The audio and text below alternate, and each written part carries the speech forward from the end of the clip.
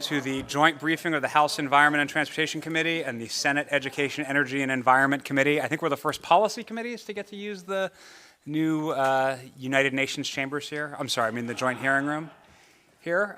We are meeting this afternoon for an update on the Maryland Zero Emission Vehicle Infrastructure Plan and Maryland Clean Cars Program. Chair Feldman, any introductory remarks before we get started? Yeah, just a few things. Well, first of all, on behalf of the entire EEE committee, we do have representation.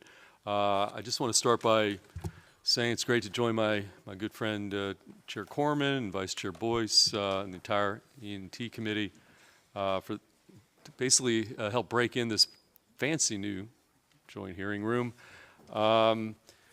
Just context-wise, I've been looking forward to this briefing for quite some time. It's been about almost 2 years since Maryland adopted the multi-state advanced Clean Cars 2 rule, first adopted in California under their unique waiver, which I guess is under some attack right now, which lays out pretty ambitious timelines, deadlines for fully transitioning to zero-emission vehicles by 2035. Several other states have adopted that rule. Some of those states have revisited that decision. Obviously, President Trump this week has taken some actions which have some implications in this space, so this briefing is very timely. And the bottom line is I think it's super important for Maryland policymakers, and these are the two committees that are going to be dealing with this subject moving forward, that we have an understanding of where things sit here in Maryland in terms of deployment of EVs, the infrastructure, the landscape that may be shifting at the federal level, and what it all means for in terms of potential action by the legislature this session and beyond. So with that background, I'm going to yield back to you, Chair Corman. Thank you, Chair Feldman. Well said. Just to provide a little roadmap, pun intended, we're going to start with the departments, then we're going to hear from some stakeholders, then we have a virtual witness providing a little bit of expert view on how the California waiver works and some of the limitations to the state under it, and then maybe a little update about what's going on federally. So with that, I would like to welcome Joe McAndrew, Assistant Secretary for the Maryland Department of Transportation, Darren Levis, the Chief of Environment and Sustainable Transportation for the Maryland Department of Transportation, and of course Secretary McElwain, who I believe is also being joined by Chris Hoagland. So welcome all. Thank you for being here. And please go ahead when you're ready. Good afternoon, Chair Feldman, Chair Corman, Vice Chair Boyce, and members of the committees. For the record, my name is Joe McAndrew, and I'm the Assistant Secretary for Project Development and Delivery at the Maryland Department of Transportation. Here with me is Darren Levis, Chief of the Environment and Sustainable Transportation Programs at MDOT. Thank you for the opportunity to brief you all on Maryland's zero-emission vehicle infrastructure plan that is currently being developed by MDOT to guide charging and fueling infrastructure deployment to meet Maryland's growing needs. The ZVIP is just one example of how MDOT is committed to delivering a range confidence to Marylanders and meeting the state's climate goals. This afternoon, I'm just going to do a quick breeze through of the slides that you have before you to overview kind of where we're at with electric vehicle charging, what the ZVIP is, the outline, and how we're ultimately delivering the plan, and then other key initiatives underway on the EV charging front. So first, to get folks situated, ZVIP is called out in the Climate Executive Order from Governor Moore as MDOT's responsibility to build upon EV charging activities statewide. We currently have nearly 127,000 registered passenger cars that are EVs or plug-in hybrids, and over 1,600 public charging sites, the majority of which is level 2 charging. Medium and heavy-duty EV landscape is slated to grow rapidly in the coming years. Recent developments and findings exemplify how vehicle electrification is not only cleaning our air and helping Maryland meet our climate goals, it is creating clean energy and transportation jobs, promoting businesses in Maryland communities too. For example, in March last year, Blink Charging announced the establishment of its global corporate headquarters and expansion of its manufacturing facility in Bowie. In July, the U.S. Department of Energy awarded $218 million domestic manufacturing conversion grant to Volvo to fast-track production of battery electric and fuel cell electric trucks in various cities and facilities, including in Hagerstown. And in September, a study by MIT researchers found that the installation of EV chargers is boosting consumer spending in nearby businesses throughout the country. So a little bit of a stage set in terms of where we're at right now in EV charging infrastructure. In 2023, MDOT used findings from a national renewable energy lab study that was doing scenario analysis to try to identify the growth needs to meet EV charging goals throughout the country, to extrapolate what it would mean for the state of Maryland in terms of EV charging. The graph's gray line represents the annual growth rate over the past 10 years, though I think it's important to note that the industry has matured rapidly since 2015. The past 4 years more accurately reflects the latest market conditions in Maryland, with the average annual growth of level 2 ports from 2020 to 2024 depicted in the orange line, growing at about 20%. This does not factor in federal funds such as the NEVI programs or other federal funding opportunities. MDOT's analysis shows that 42% annual growth rate will be required to meet the initial level 2 charging. What is supporting this growth is strategic energy investment or environmental investment fund dollars through MEA that we'll go ahead and cover at a later slide as well. Next slide. We are much closer on pace in terms of the growth rate that we're seeking in terms of DC fast charging, those rapid charging ports that we have throughout the state. We are projecting that we need roughly 5,500, and we are projecting that we are at roughly 5,200 charging ports out through 2031. And the growth rate is there and continues to grow, so we're on pace there. Next slide. So specifically, what is ZVIP? It is a statewide plan that will support the expected growth of light, medium, and heavy-duty zero-emission vehicles expected under our state's goals. The state plan will guide coordination efforts among state government, local government, and private players to inform the public and private charging infrastructure deployment needed to support these goals. We are currently in development, and we expect to release the plan in 2025. The plan is expected to discuss the current policy and market landscape for zero-emission vehicles and priority deployment phases for light-duty vehicle infrastructure. While MDE's forthcoming needs assessment and deployment plan under the Advanced Clean Trucks policy will provide a more in-depth assessment for medium and heavy-duty vehicles. The first version of our CVIP that we'll release this summer will discuss other current data and considerations to guide Maryland's clean trucks infrastructure strategy. MDE's findings will be integrated into a later update to ZVIP. To inform our multi-agency strategy, a section discussing state agency roles and responsibilities, both current and future, will detail a coordinated all-of-state approach and highlight best practices that Maryland state agencies should work towards. We'll also be incorporating Utility and Public Service Commission coordination, as they are integral in preparing our grid for future load demands. We have data analysts and outreach experts that are on board that are going to help through this effort as well. A key component of this work in terms of an all-of-government approach is working as a multi-agency strategy. It will be a cornerstone of the plan's development. To do that and do that effectively, MDOT is going to leverage the ZVIC interagency working group that we have with the agencies that you see here to facilitate discussions, coordination, and strategy among our sister agencies. The work group met on December 11th with 3 new agencies joining to participate in the discussion, and we will convene throughout the ZVIP development process. In addition, the state agency will engage various stakeholders throughout the state as we develop the effort. So I'm going to highlight just very quickly a few other elements that we have underway with federal funds. First is the NEVI program. This is the National Electric Vehicle Infrastructure Program that's established by the Infrastructure Investment and Jobs Act.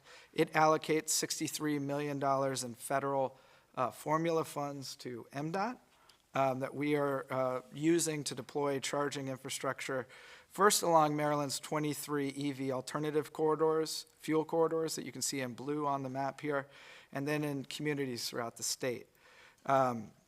We, last year, launched round one that resulted in $12 million in conditionally awarded funds for 22 corridor sites spanning 15 counties. Those are sites in red that you can see on the map here. We are working to execute agreements and working to make sure that all of those charters will be online and operational no later than early 2026. We also, in December 2024, launched round two with a request for proposals.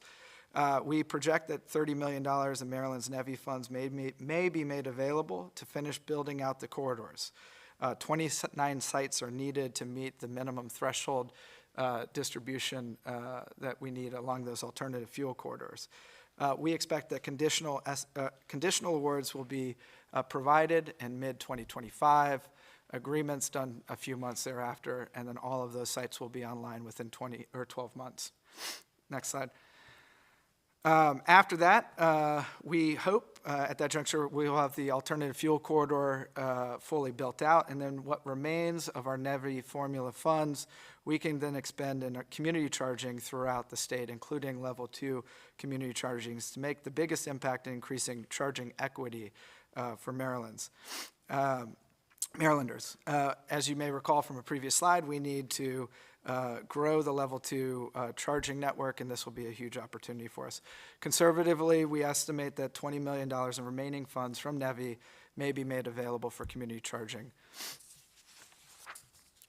Next, we were happy to partner with MDE and the New Jersey, Connecticut, and Delaware to apply and successfully receive nearly $250 million award for medium and heavy-duty electric vehicle charging infrastructure on the I-95 corridor stretching between our states. $80 million is projected to come to the state of Maryland. We'd be then working to build out 8 truck charging depots along I-95.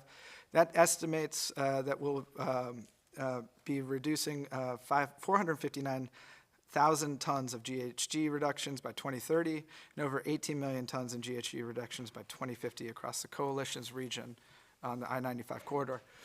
Next slide.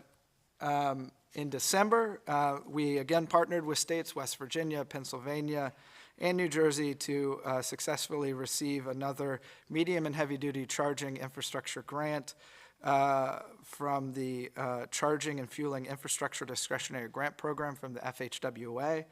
That's an $18.5 million grant.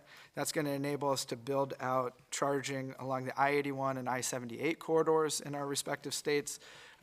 Due to the short length of the I-81 corridor in the state of Maryland, we will be deploying one medium and heavy-duty charging depot in our state. Finally, we also have additional funds made available to us through the Infrastructure Investment and Jobs Act. One is the Carbon Reduction Program. We are using a call for applications process for local governments to apply, as well as our state agencies. We completed a round of applications last year and provided over $5.4 million in awards for EV charging infrastructure, and over $3 million awarded for light-duty fleet EVs.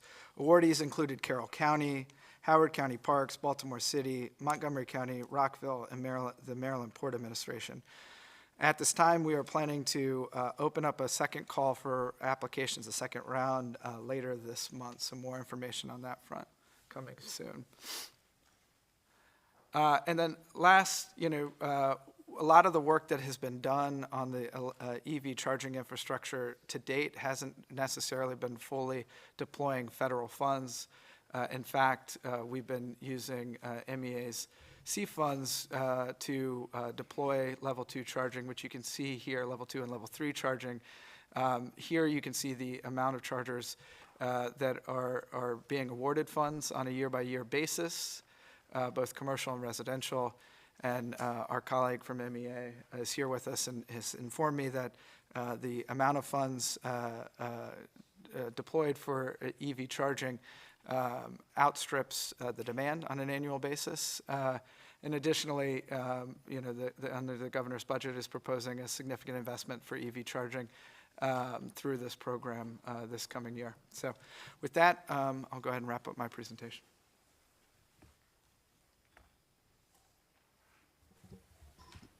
Is Devin just there for questions, or is he also presenting? He's here to support with questions. Great. So, Madam Secretary, please take it away. Thank you. Keegan, Chair Corman, Vice Chair Boyce, and members of the Education, Energy, and Environment Committee and the Environment and Transportation Committee. For the record, I am Serena McElwain, Secretary of Maryland's Department of the Environment. Thank you so much for having me here today so we can talk about Maryland's progress and the future as we talk about Advanced Clean Cars 2 and Advanced Clean Trucks. Joining me today, he was here, he left me. Oh, there he is, he's on that side now. Chris Hoagland, he's the Director of Air and Radiation. Thank you for being here. I do want to point out in that slide, that is me in front of that green 18-wheeler, all-electric vehicle at Volvo plant in Hagerstown. So we'll get into that a little bit, but yeah, I got to drive that. We'll get into that though shortly. So I want to start with some key metrics. In 2020, transportation made up 40% of Maryland's greenhouse gas emissions, and 82% of that came from on-road gas and diesel vehicles. The rest, the 18%, came from off-road vehicles like construction machinery and farm equipment and recreation vehicles. I know that we're talking about today advanced clean cars and advanced clean trucks, but I do want to emphasize that not only will this program help us meet our climate goals, but it's also a way for Marylanders to put more money in their pockets. And I'll talk about that as I go through this presentation as well. So now I want to talk a little bit about Maryland's EV charging network. You just heard a whole lot about it. It is growing. The number of charging ports has jumped from 1,066 to 4,491 since 2015. I consider that to be real progress. I also want to talk about the number, a number that we don't talk about a lot, and that's the ratio of EVs to chargers. That's really important. The standard is 18:1. In Maryland, we're getting very close to that number. We're somewhere around 24:1, I believe, the last time I checked. So yes, we have a lot of charging in Maryland. Yes, there's more work to do, but I want to say we are on track to getting there, and we're committed to getting this build out.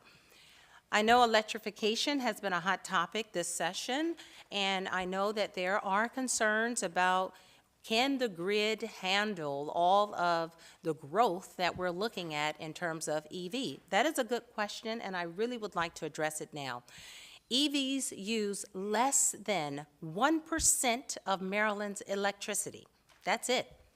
And yes, I understand that EV adoption is going to grow in the future, and so will the electricity demand. But I do want everyone to remember the transition will take decades. Decades, not 10 years, but 20 and longer. And that is because cars last a long time. Cars on average last about 12 years. So gas-powered cars are not going away anytime soon. They are here and they will be here. And even with Advanced Clean Cars 2, Marylanders can still buy new gas-powered cars even after or before 2034, and they can continue to buy gas cars even after that time, and hybrids as well. Hybrids use gas as well. And so the good news is, as we continue to plan out this transition, we continue to plan and invest, the grid will be able to handle the growth because it doesn't happen today. As we get into the nuts and bolts about Advanced Clean Cars 2, I do realize also that there is a lot of rhetoric around, well, this program is going to take away people's choice and freedom of choice for cars. That is not the case. This program is about pushing manufacturers to sell more EVs so that consumers have a choice, they're available, and they can buy them. And that starts in 2027. It is not about pushing consumers to do anything. It's about allowing the choice to be there. And yes, are we ready in Maryland? We are ready. Advanced Clean Cars offers manufacturers so many credits and flexibility. And I want to talk quickly about how it works. In a typical year in Maryland, Marylanders buy about 275,000 new cars every year. So in 2027, the program goal is for 43% of that number, which is about 118,000 cars, they should be electric. But manufacturers, they can lower that number by simply using the credits, the compliance credits that they already have right now today, and all the other flexibilities that are available. So I'll give you an example. Some manufacturers, they're already selling more EVs than even required under ACC2, and they're earning credits now that will be applied in the future, and the program hasn't even started yet. So with the credits that these manufacturers are building, they're able to use those credits, and in 2027, when ACC2 is ready and implemented, instead of 43%, that number will go down for a lot of them to even 19%. So that's 52,000 EVs, and that's doable because even last year, Marylanders bought 34,000 EVs. So it's manageable, it's doable. Maryland, I just want to keep emphasizing, Marylanders are embracing EVs. As of last month, nearly, the stats that I got, the data, nearly 127,000 EVs are registered here in Maryland, and that is 2.5% of all light-duty vehicles. And between years 2023 and 24, we saw a jump of, again, 34,000 EV registrations. And so I think with the support of you all and industry, the legislator, we're confident that the manufacturers will be able to meet their targets. And I want to make one point that I really think is worth mentioning. In all the other states who are implementing ACC2 or a similar program, there has never been a state to penalize a manufacturer for missing their EV sales target. It just doesn't happen. And it's not going to happen in Maryland because we are on the right track. So here's a reality, here's a really important point that I want us all to remember. EVs save money. Consumers can not only make the right choice for the planet, but honestly, more importantly too, they're making the right choice for their bank account. In 2040, we're projecting that with ACC2 program, it is expected that Maryland consumers can save over $1.5 billion. That is not a number made up, it's real. EV owners save hundreds and thousands of dollars annually on fuel and maintenance costs.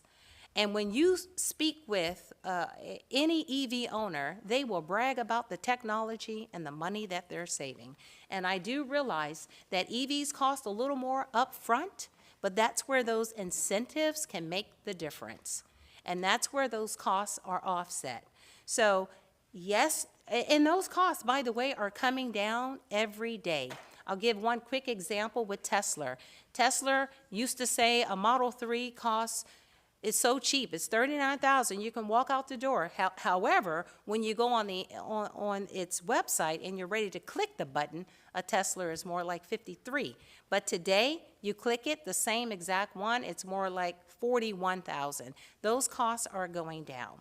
So I just wanted to point that out. Me, myself, I had a gas car not too long ago. I budgeted $330 a month for gas. That's what I was paying. Plus all of the maintenance, taking the car in, every 10,000 and 20,000, all of that. I was paying about $6,000 per year for my gas car. Right now, today, I pay $14 to charge my car. That's it. Switching gears, I want to talk about trucks now.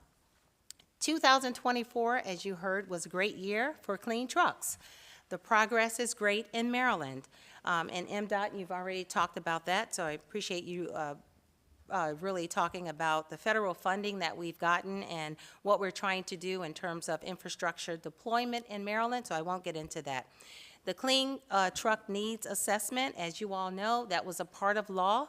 We did not have funding to do it at first. We have the funding now. We got it last year, and we now have a contract that was approved by the Board of Public Works in December. We should have that assessment done in October. So now I want to give you some information, a little bit of benchmarking. So far, 11 states have adopted advanced clean trucks, but most of them are already implementing it, and they've been implementing it before us for quite some time. That's good news because we can learn from them as we move on with the program from Maryland. So this slide is important because you often hear me refer to light and medium and heavy duty trucks. Here it's just a visual. You get to see what those trucks are based on classes. The classes are based on weights. Here on this slide, you can see progress that's being made nationally. It is very clear that the EV technology for medium and heavy-duty vehicles is really taking off. If you look at just 2021, there was almost non-existent sales in clean trucks, but now we have really surged over the last 2 years. And this is without ACT. It's not even in effect right now. So the market is steadily growing, the technology is ready, and even here in our own backyard, Volvo in Hagerstown, they are aggressively investing in converting all of their heavy-duty semi-trucks, the 18-wheelers, to all electric. And the level of technology in that in Hagerstown at the Volvo facility is truly mind-blowing. They have invested millions of dollars in a simulation lab that allows them to test the heavy vehicles in various weather conditions like cold weather, hills, snow, and they're able to make those vehicles available and ready to handle any kind of situation in terms of the weather. They have cells coming, the trucks are on the road. We're booming when it comes to the technology here in Maryland. So I want to talk about the progress real quick. As you take a closer look at the medium-duty vehicles, you can see that Maryland is well-positioned just alongside our peer states. You can see us in the middle of the graph showing the medium-duty EV cells for 2023. But remember, as I said before, the program hasn't even started. So if you look at the medium-duty vehicles, you can see that we're holding our own.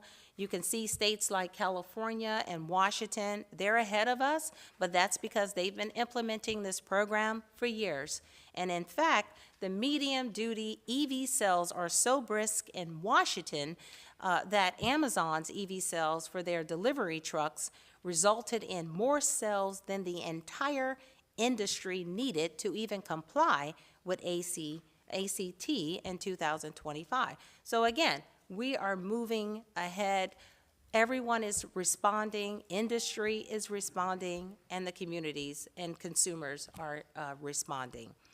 And you can see on this chart that we're also doing extremely well in the heavy-duty sector as well. In fact, in 2023, we ranked second among partner states for the portion of cells that were EVs, just behind California. Next slide. The big elephant in this room is we all know that on Monday, the new president, on his first day in office, he did exactly what he planned and promised to do, which was issue an EO that directs the United States Environmental Protection Agency to terminate state emission waivers, which are the California waivers, and eliminate the subsidies. So that means authorization of ACC2 and ACT will be rescinded, as well as any other regulation that promotes electric vehicles. So what does that mean for Maryland? It means that Maryland and all the other 16 states who are following California's ACC2 and ACT programs, we will no longer have the authority to implement that program if it goes as the president has put forward. And because the new administration has taken away those waivers, that means that Maryland, we have to follow now the US EPA's basic EV standard. That standard is less stringent, and it doesn't actually have an EV target. However, the president also directed EPA to revoke that and replace it. So that's where we are. So this all means that we in Maryland, we need to keep monitoring how all of this plays out in the courts, because for sure that's usually what happens when this happened 4 years ago. And again, our program in Maryland doesn't start until 2027. So we just have to keep watching and seeing what happens. Hopefully, with the momentum that's going on in Maryland, we will continue to see progress irrespective of what happens. That's it. Thank you.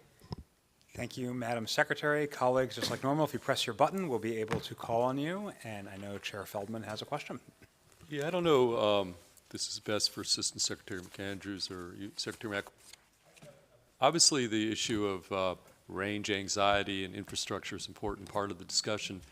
And I got an article sent to me, and this was a little bit of a surprise. So there is a group that took a tour, I guess it was between the December 23rd, January 4th, toured all 304 of our fast charging sites around the state of Maryland, 1,000 charging ports, and they did some kind of an assessment about how functional each of these. Are you aware of this? And what they concluded, which I thought was pretty interesting, that 31% of the non-Tesla public charging ports were non-functional during the site visit, whereas the Tesla public charging stations were 99% functional. So I guess I have one second question, Mr. Chair, but just how do you explain that, like the discrepancy from 99% functional on the Tesla side? I mean, that dysfunction, and that really, goes, because these are major public investments. When we're talking about public investment in infrastructure and these public chargers, got to know that they're actually functioning once we invest the money. So I'll put that question out on the table for you guys.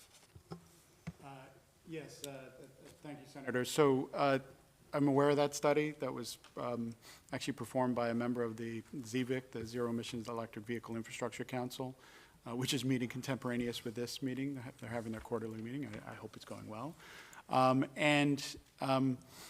This is a challenge, no doubt, in terms of charging infrastructure. Tesla in the private sector has gotten it right with their high reliability percentage in terms of uptime of their chargers. There's been inconsistency and challenges elsewhere among other companies. And that's actually why NEVI is particularly important, because it establishes the gold standard in terms of reliability. Any NEVI-funded charger has to have at least a 97% uptime requirement for the first 5 years of operations, and then we need to figure out what happens after that. But the NEVI stations that are being built across the country right now actually show the reliability level that we need to have across the sector in terms of performance of these chargers.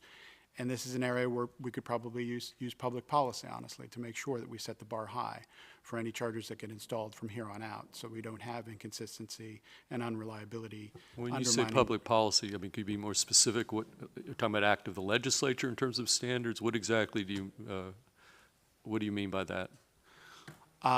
It could be state law. It could be actually that probably is what I'm talking about.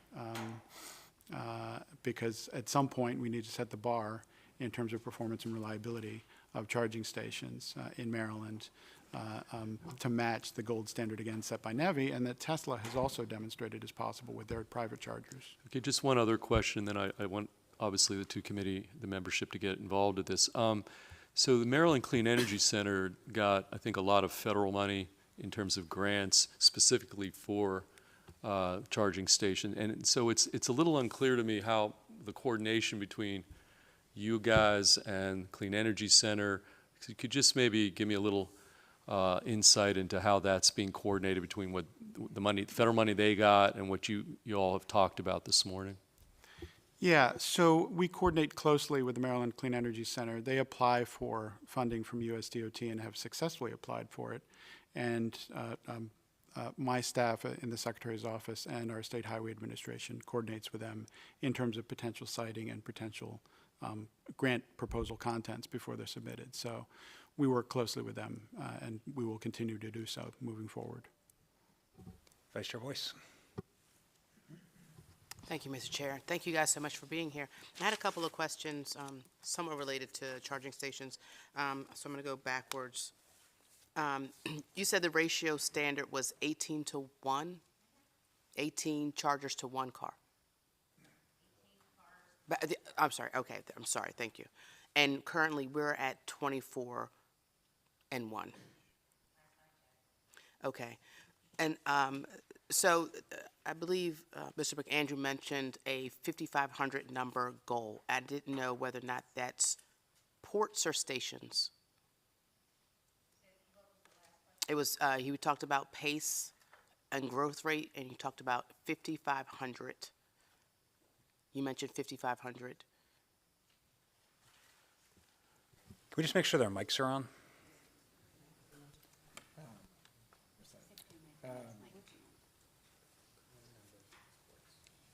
When you were talking about growth levels, I believe around, 4,491, I think you're referring to that? no. No. I think when he was talking about growth of level 2 ports, he mentioned a 5,500 number, and I wanted to go back to that as a growth rate. But I'll turn it back around and talk about really what is the goal number of ports in the state, and what is the goal number of stations in the state, and then how. Okay, you could answer that. Okay. So the slides that we were showing, were, projections off of a national study. What we're doing with the current infrastructure plan that will be finalized this summer is honing in on that in a little bit more, scientific, rigorous manner with which, we're taking in changing factors with federal partners, changing factors with state and local partners, funding expectations, as well as demand to build out, a more refined goal and expectation that we would need to meet demand. On the level 2 side, if we were to hold ourselves to account, we are off in 2031 by roughly 40,000 chargers. So there's a sizable growth rate that we need to see on that side of the ledger. On the DC fast charger side, we are estimating that we are on pace or will be on pace. Again, those estimates do not factor in federal funds. So We get a lot of information about the need to build the infrastructure as quickly as we're trying to push for manufacturers to bring in cars. So what is the state's goal?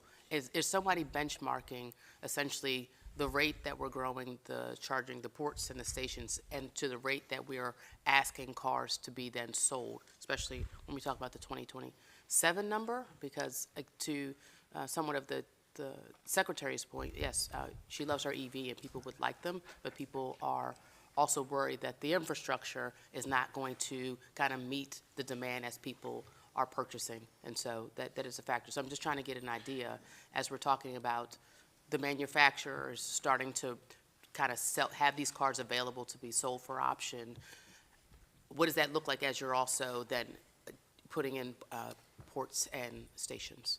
So the projections you saw from our graphs extend out to 2031, which is the Yep. first year of compliance under the Climate Right. Solutions Now Act. And they're based on a National Renewable Energy Labs study from last year.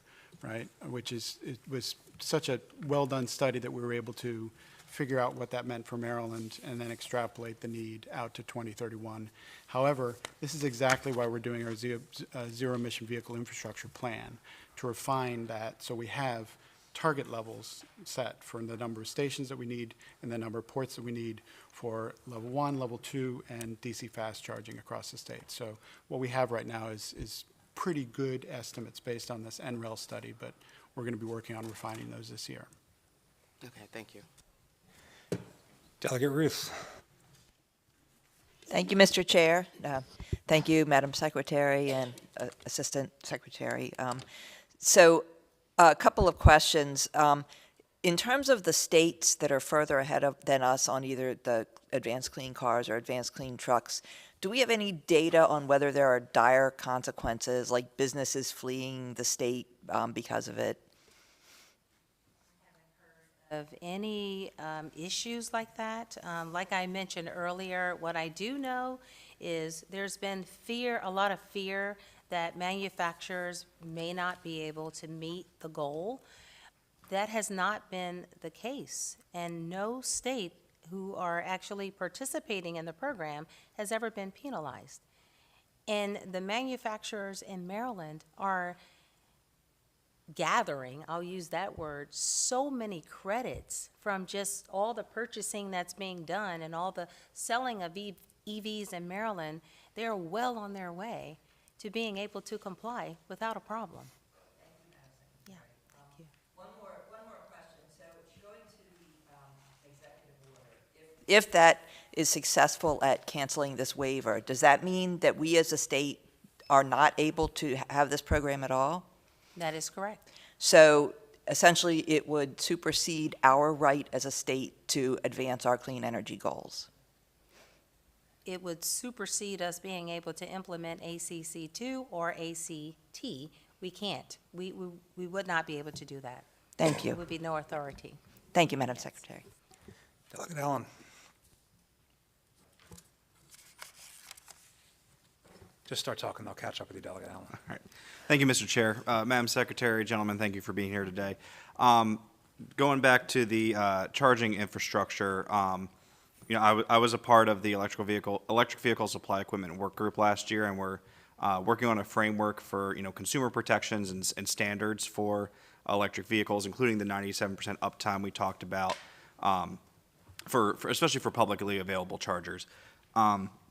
Do any of you foresee any potential challenges with the change in administration or any executive orders with the implementation of those standards? Like if we want to implement standards and regulations for publicly available chargers, would we have any challenges at the federal level with that stuff? Do you foresee any issues? Not with, depends on the use of funds and if the funds are available. I think, on our side of the ledger, there were also executive orders to remove the ability to draw down on federal funds of all color on the surface transportation and the transportation side of the house. So we're working through what that guidance looks like and how it will affect our entire transportation program. But in terms of, it appears that they would like to remove the ability for us to deploy the NEVI funds or other kind of climate funding. If that happens, we would lose the ability to deploy those dollars potentially. But I think in terms of state dollars and state resources, it's up to the creativity of the folks in front of us to determine what is right and what's wrong. Got it. So it'll be mostly funding challenges, less so on standards. Yep. Awesome. Thank you. Delegate Stein. Thank you, Mr. Chair, and thank you, Madam Secretary, and other folks on the panel for your presentation. And I certainly understand the critical importance of driving down emissions from the transportation sector. Just two questions. One, to follow up about the effort to cancel California's waiver. I know that 2 administrations ago there was an effort to do that. It was challenged in the courts, and ultimately California did succeed in keeping its waiver. Am I to assume that it's very likely that there will be a challenge to the new effort to cancel California's waiver And while that is being challenged in the courts and presumably takes at least a couple years to be resolved, that California's authority is likely to remain in place like it was last time? Or is that hard to guess on? Well, it's not exactly how it happened. Time ran out. That's why California was able to keep the waiver. It was at the end. It was at the end of the administration when it finally reached the courts, and at the end, the administration was over. They were able to keep those waivers. Did I speak that correctly? Okay. So it wasn't a matter of they lost in court. It's just time was not on the previous administration's hand as it is in their hands right now. So any final appeals, you're saying the time ran out for any final appeals, and when the time ran out with the end of the previous administration, then California's authority stood in place. And we'll see if there'll be enough time this term for a final resolution, but pending that resolution, you expect that California's authority would stay in place and pending a legal challenge. You want to add to that? Would- Yeah, I don't know that we can say for sure. Perhaps the legal expert testifying later would have a clearer answer. I think it would depend on whether a court were to grant a stay upon the challenge or not. So I think a lot of it would come down to the initial steps in litigation and what the initial court hearing that litigation would decide to do. And I don't think we have an answer at this point. Yeah.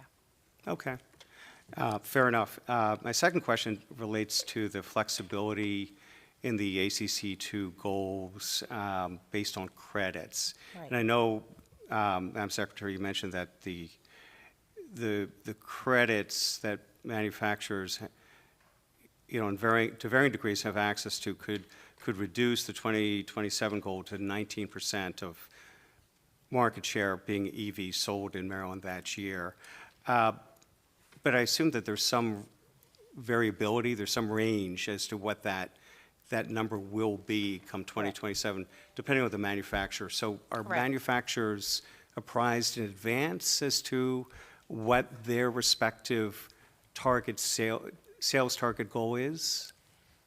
You want to answer? Okay. Sure, yeah, happy to. And so the way it works is that the target in the regulation is each manufacturer's goal. However, there are provisions that they can take advantage of when they are demonstrating compliance with that effectively reduce that. So every manufacturer knows in the regulation right now the 2027 goal is 43%. But they also know in regulation right now they can meet a portion of that goal using extra credits from what is now the current program Clean Cars 1 when they are complying with the new program Clean Cars 2 in model year 2027. So they can choose.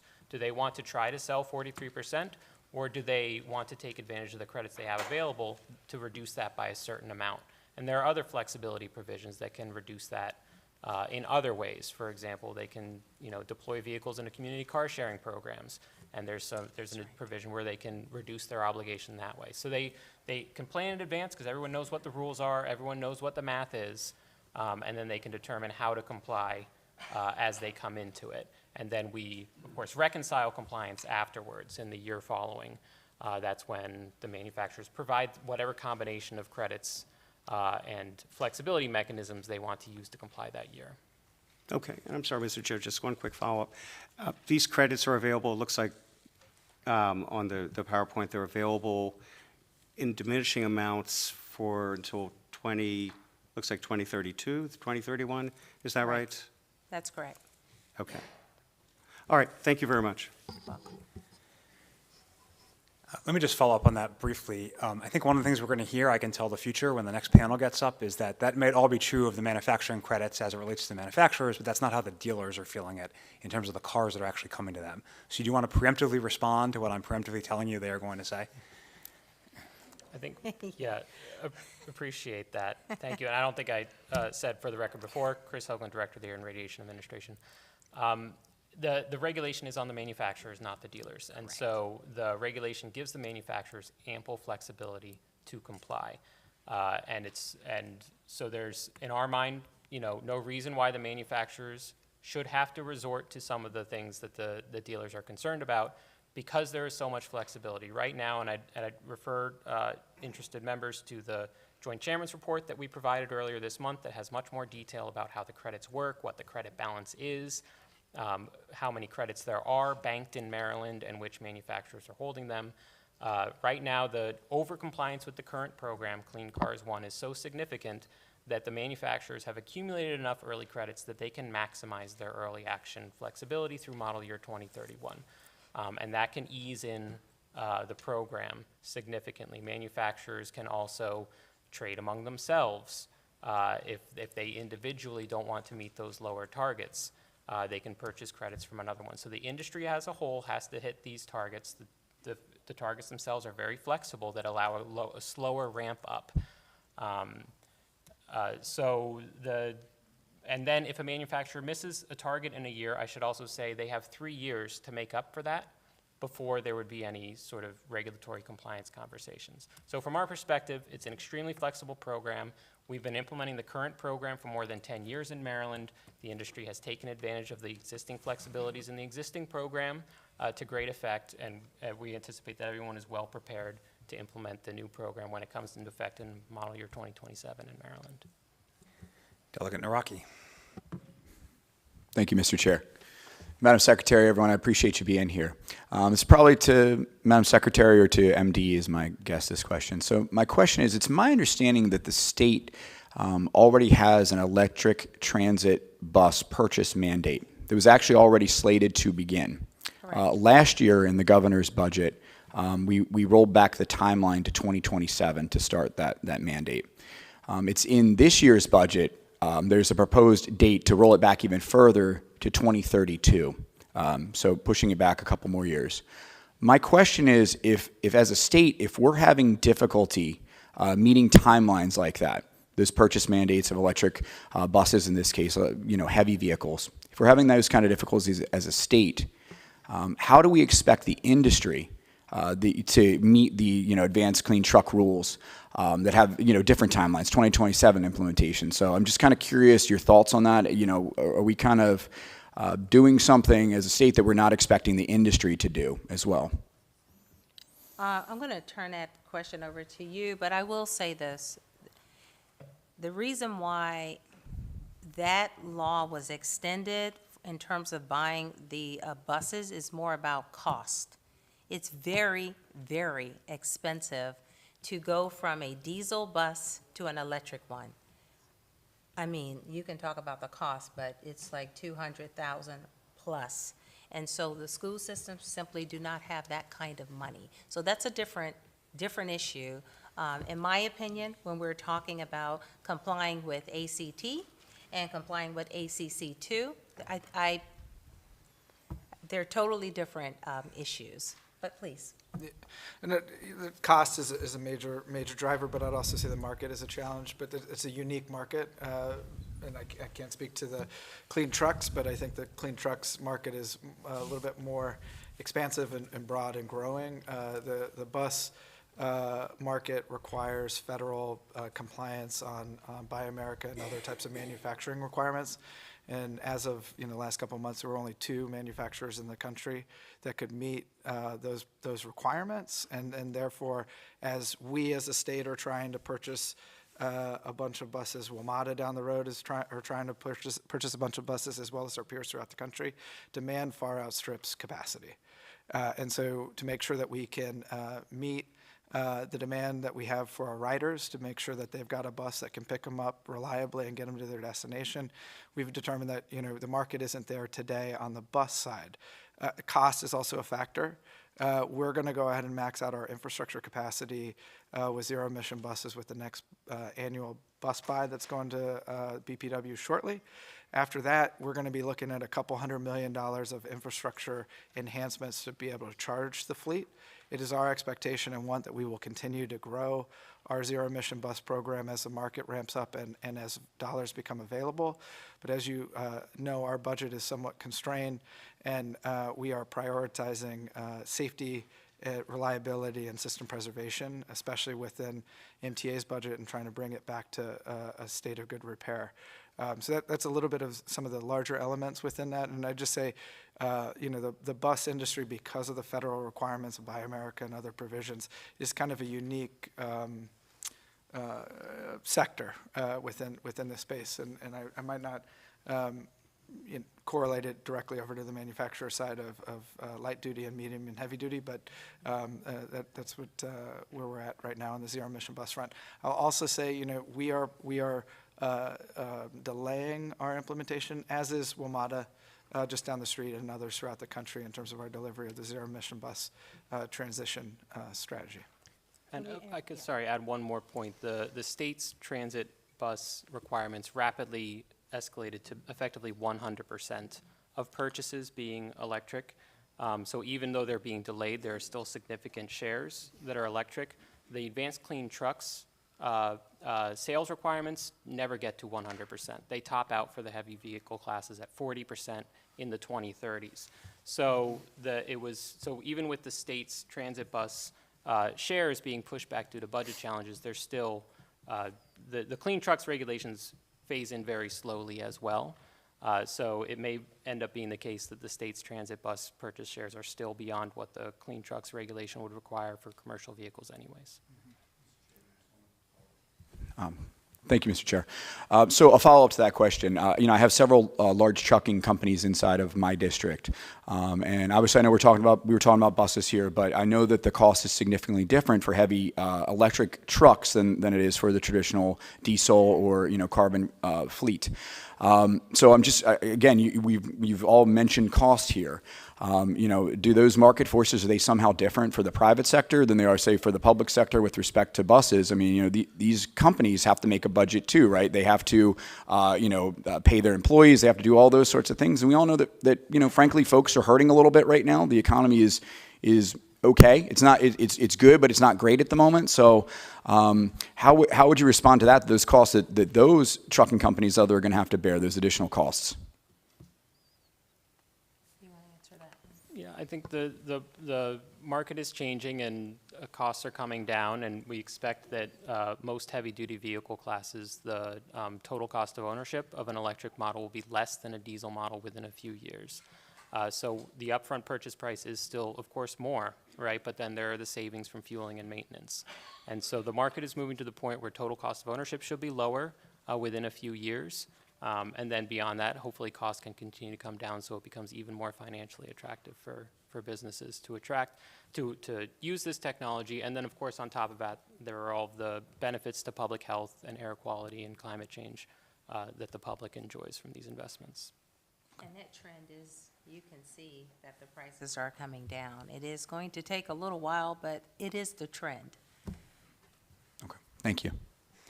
Delegate Terrassa. Thank you, Mr. Chairman, and thank you, Madam Secretary, and your panel. I really appreciate the presentation, and also your enthusiasm for this area. I just wanted to go back to Chair Feldman's question and just a little bit of follow-up in terms of the maintenance of these charging stations. And I assume that when you're talking about this network, you're talking about both privately owned and then some of them are owned by the state? Or not? I'm seeing like are any of them owned by the state, or they're all owned privately? Or a state, or I should say, or another governmental entity like the county? Or utility. Okay. Right. So the vast majority are privately owned, though. So. And so what is the plan for the maintenance of those over time? Is that part of the ZVIP plan? Like, is there, or any of the grants that are? The good news with NEVI, and NEVI is actually a very well-designed federal program, is that those who are awarded grants are then required to operate and maintain those facilities for at least the next 5 years, right? And to keep the 97% uptime and to keep the other gold standard requirements under NEVI. After that, we need to figure out what happens. But the idea is that increasingly, bodies like this one, folks like yourselves, can actually put standards in place, right? So we actually make sure that operation and maintenance are taken care of, that performance and reliability are also taken care of in terms of setting the bar high. So like potentially through legislation, is that? Yes. I'm not, yeah, okay. And then Okay, then if I could, just one quick other question, which is that, does the department or do any of you have a position on starting to require more of these in terms of new construction in multifamily and other, just making it more part of the infrastructure that is in place? Yes, ma'am. I'm looking to our colleague Diego Lopez with the Maryland Energy Administration, because they actually have a program that's included in the governor's $90 million down payment towards climate pollution reduction last year, specifically meant to address charging deserts in multifamily settings and in multifamily settings. So they're right now standing up a program to help fill some of those gaps. And that's something that utilities are also interested in and have filed plans for the second part of a pilot program on EV charging that they are running. And their plans include filling in some of the gaps in multifamily properties as well. So That's in existing housing or in new construction, do you know? it's Or I can follow up afterwards if. they're existing, right, Diego? Yes, existing. Okay, And thank you. And with new buildings, as with new transportation facilities, it's always, that's the easiest time to put a requirement in place, right? So there is a possibility of making sure that any new construction also includes that kind of amenity, if, that's the kind of thing that policy could require. Thank you so much. Thank you. Okay, we're going to try to get some senators involved here. Senator Carrozza? Thank you, Mr. Chair. Thank you for the presentation and the update. And my question would be probably for both departments. If you factor in Maryland's current budget challenges and also the uncertainty with Maryland's business climate, and given that you've acknowledged that the EV infrastructure plan is not completed, does it make more sense to build out the infrastructure first and then set the EV sales mandate based on the feasibility of that work?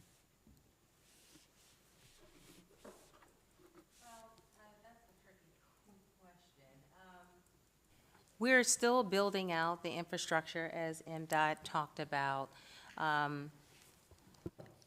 We have a law. We're following ACC 2, we're following ACT, which will again be implemented in 2027, perhaps, maybe, depending on what happens with the EOs.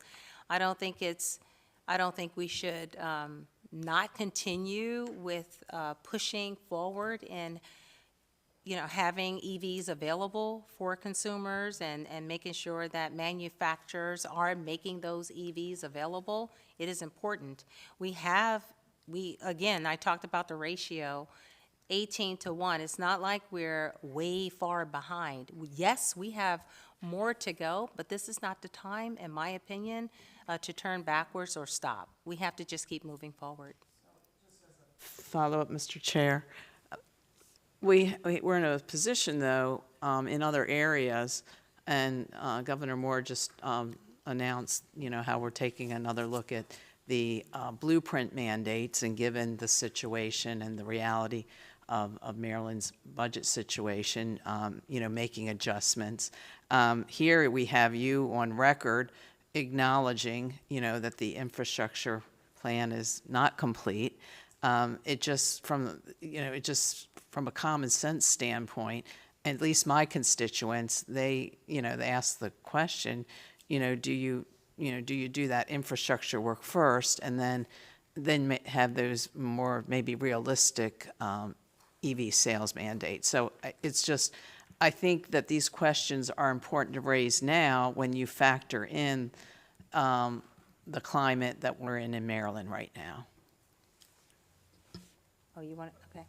I think that that's fair, but, I might, argue that we need to be doing both as best one can, and that's why we work so closely together. Secretary Wiedefeld isn't here today, but, we meet monthly, we talk about targets, plans, and strategies on a regular basis, collectively across our teams. I think, we're going to do our best to make sure that we are coordinated and able to work with everybody here to deliver as best one can. I think, as the governor has articulated, we do have a twin storm at this moment, one of which is our federal partner, but it doesn't necessarily mean that, the climate and the impacts that we're seeing from,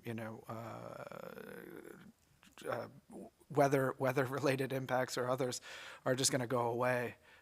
We need to be doing a little bit of work to reduce our, at least on the transportation side, our environmental impact. We contribute as a sector roughly 40% of the state's greenhouse gas emissions. That's the largest sectoral-based emission load. So we have an opportunity with our investments to prioritize where we can, understanding it is a tight, constrained budget. But at the end of the day, that's a priority that we need to be making as a state in terms of where we're heading at the moment. And we do want to make sure that EVs are available.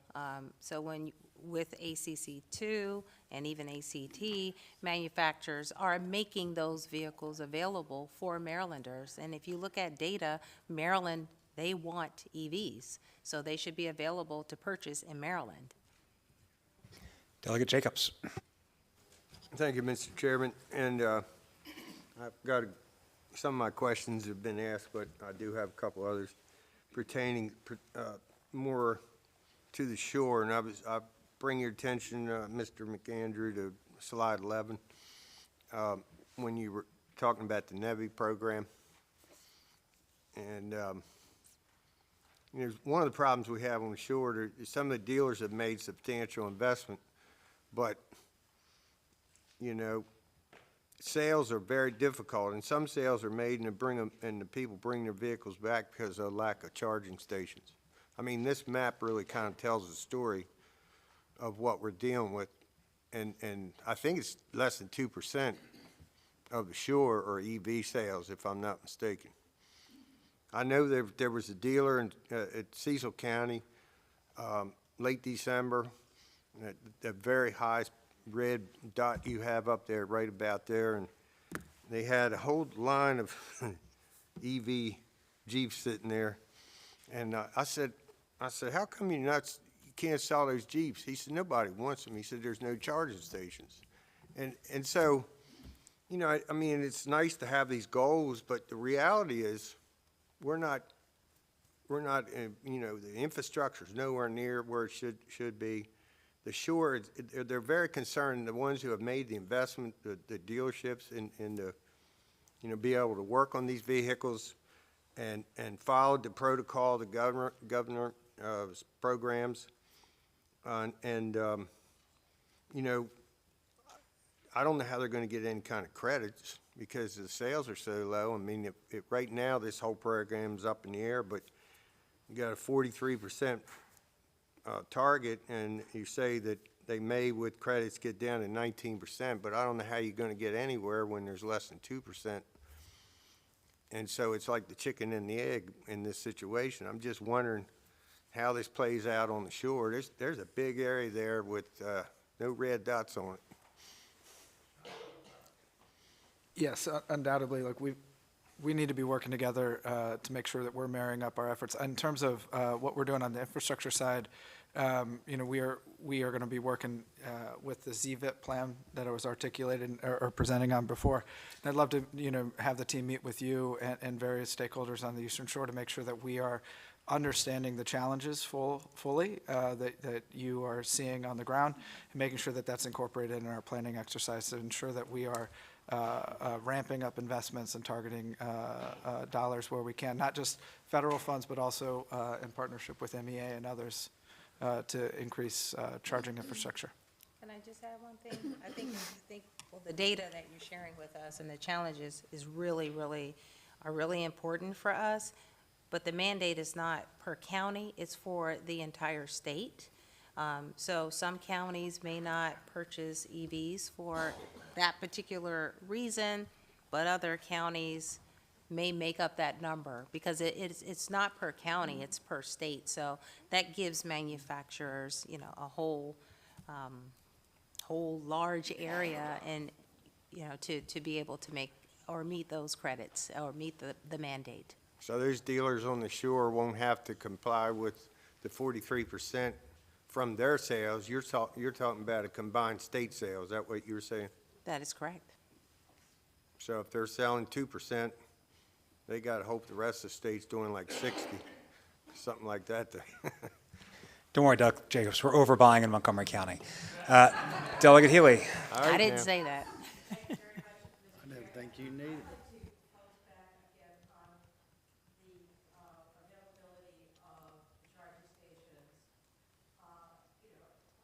I don't know if my microphone's working, but the question is about how Tesla keeps at 90% that they're operational all the time, and travel, we have a hybrid, a plug-in hybrid, and so we're looking for places where we travel, hotels, restaurants, places where you can stop for a few minutes or even overnight and charge. A lot of hotels have Tesla chargers, but they don't have the other chargers. And there's something must be happening in the business model that Tesla has that makes it more workable for the people who drive Teslas to get their charging done. The people who drive Teslas I hear from have no problem traveling. They have no problem lots of places. But we see a different kind of problem with only 40-some%, what you've testified, really continuing to work. I've seen hotels where they had the other charging stations and they disabled them. They didn't have they just stopped using them.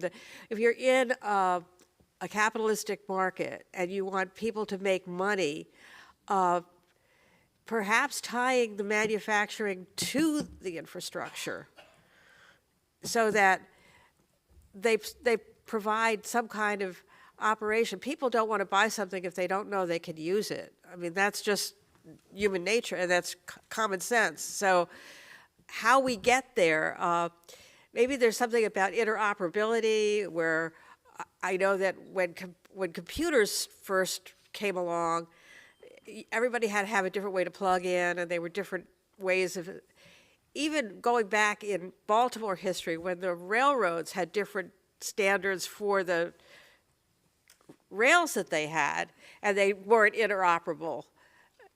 It was very difficult. It seems like there's a technological fix for this that could help.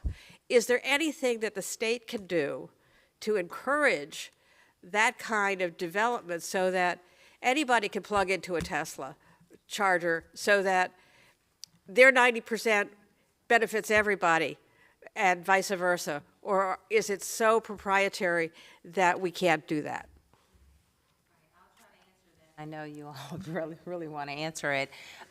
Tesla's, we can benefit eventually from Tesla's great work. And yes, it is proprietary. It is their network, their system. They are, however, happy to know they're opening their system up.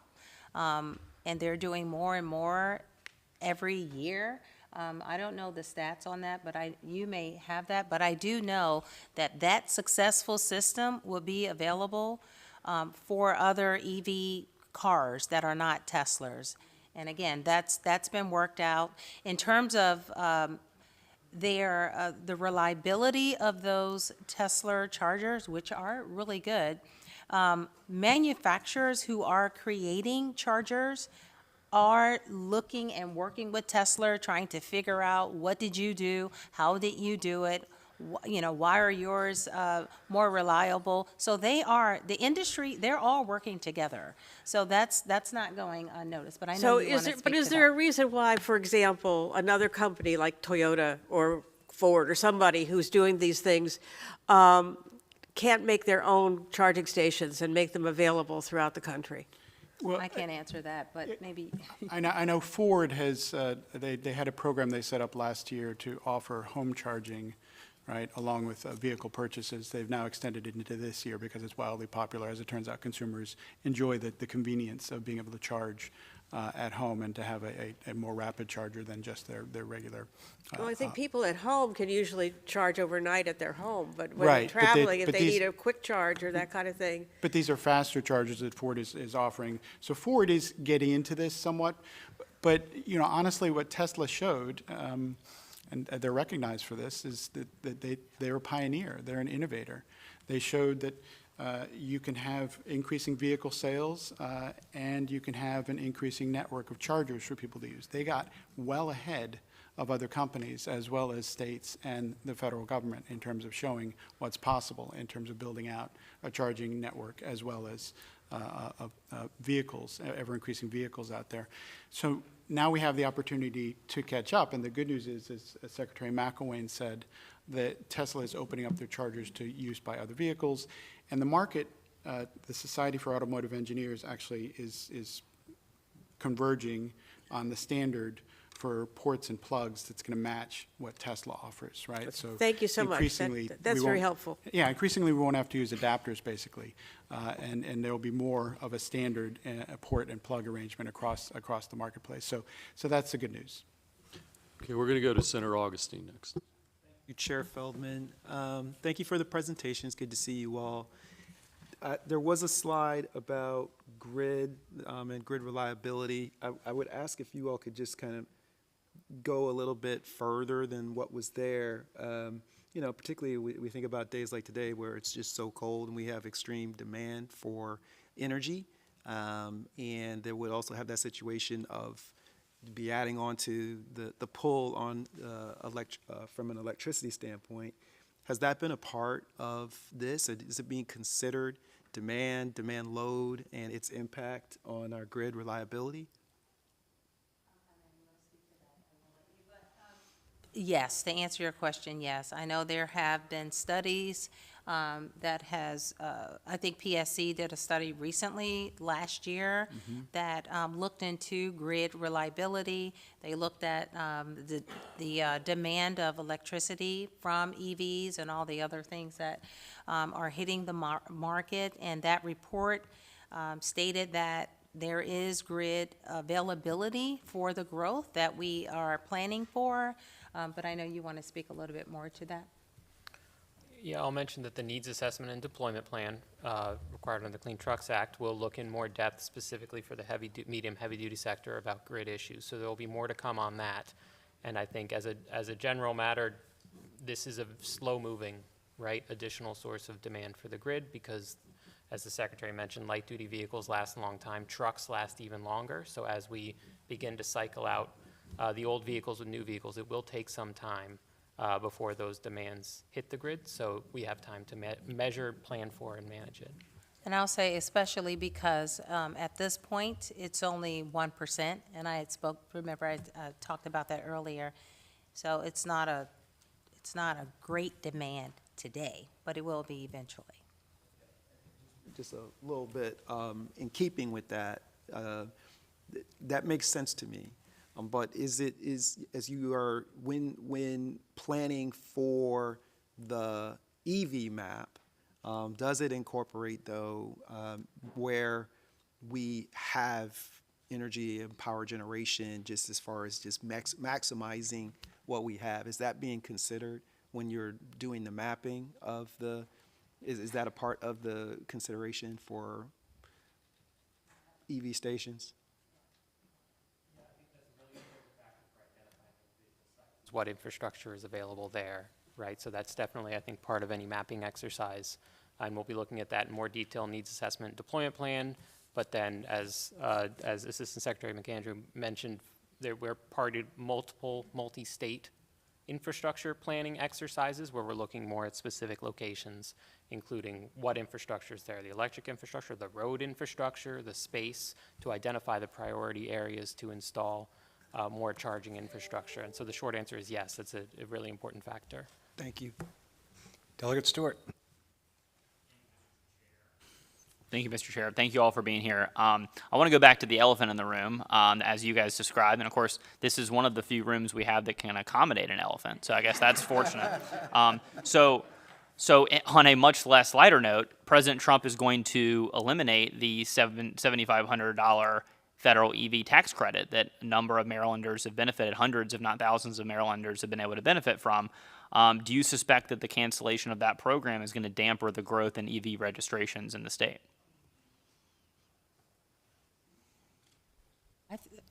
Yes. Okay, okay. I mean, let's just, Okay, fair, yeah, fair, okay. I mean, that's what I'm worried about too. So, so on the same lines, the next panel is going to say, per their PowerPoint, that we're going to need about 16,000 chargers, and presumably those are 16,000 functioning chargers to support the 2027 clean cars target. I don't know if y'all agree with that precise number or not. I know that you put in your presentation that we have a little bit less than 5,000 now, and your graphs estimated that it looks like I kind of had to squint a little bit at the graph, but it looks like we might hit about 12,000 chargers you're estimating by 2027. So according to that 12,000 number, there's 16,000, we're 4,000 short, but you're still estimating that we'd hit 7,000 more chargers in the next 2 years, which seems optimistic but good. My question, however, again, going back to the elephant, is how many of those additional 7,000 chargers that you're estimating will be constructed over the next 2 years are dependent on federal dollars that might not be forthcoming? So what is presented here doesn't factor in any federal fund use today.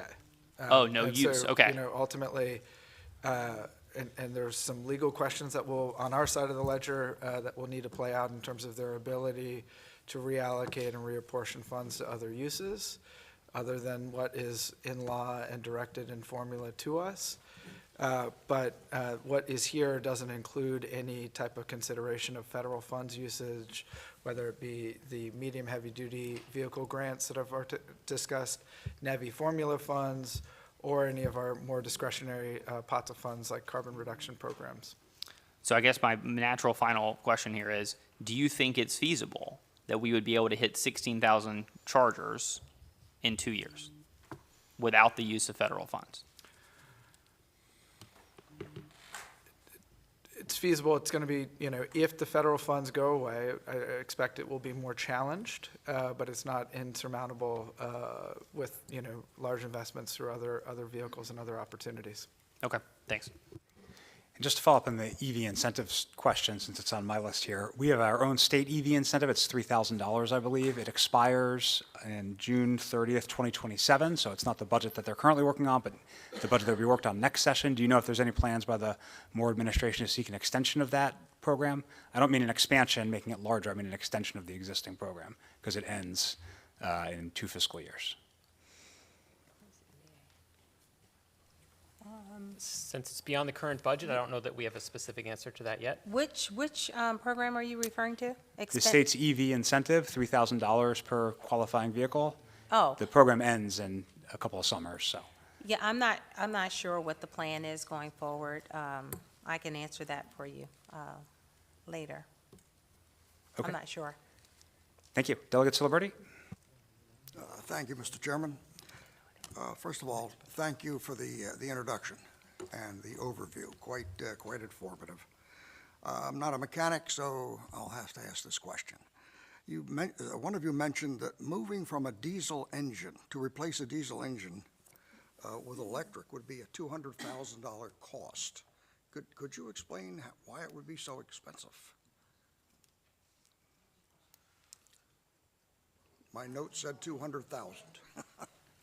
Converting from, I think you were referring to diesel buses. to an electric. Yeah, I think we were referring to buses.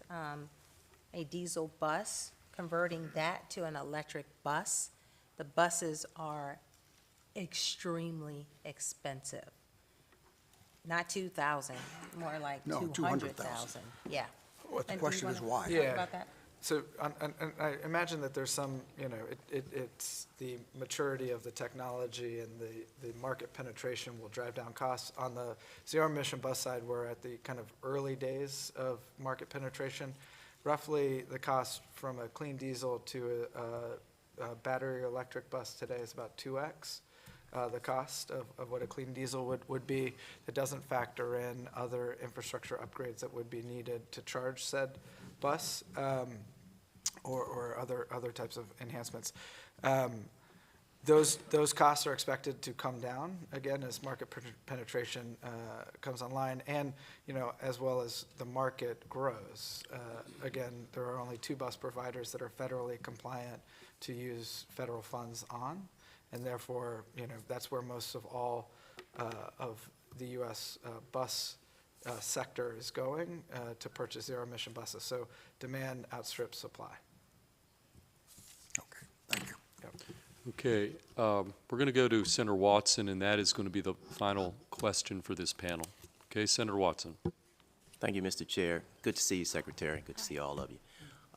Just want to go back to the question about the reliability. I was proud to be with Governor when he came to Bowie and we opened up Blink Charging Station. But since that time, I've gotten a few phone calls of, and I guess it falls into the bucket of it being down.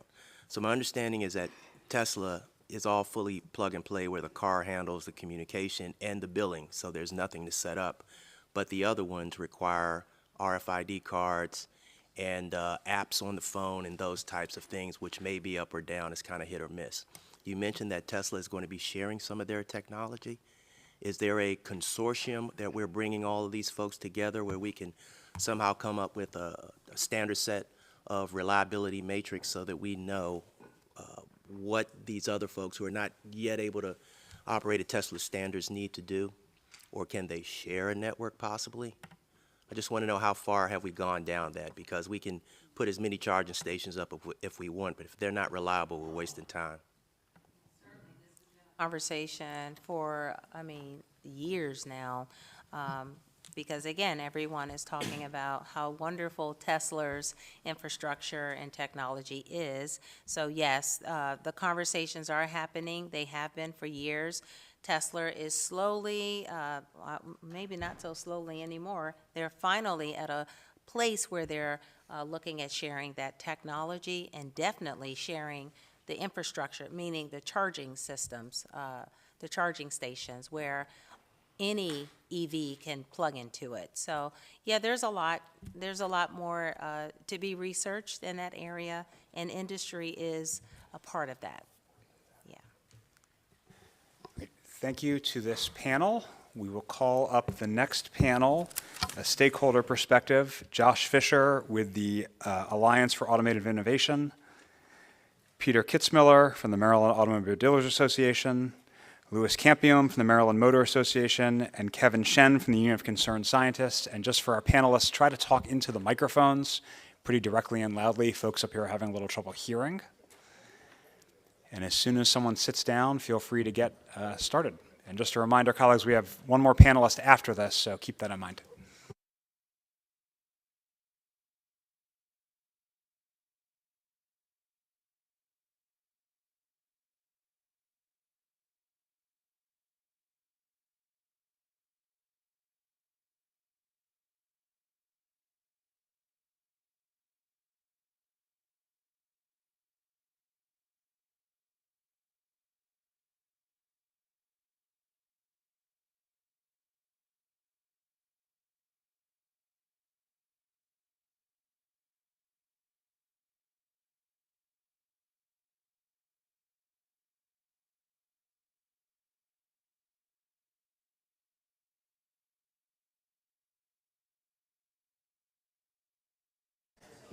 All right, if one of you is ready, let's please go ahead.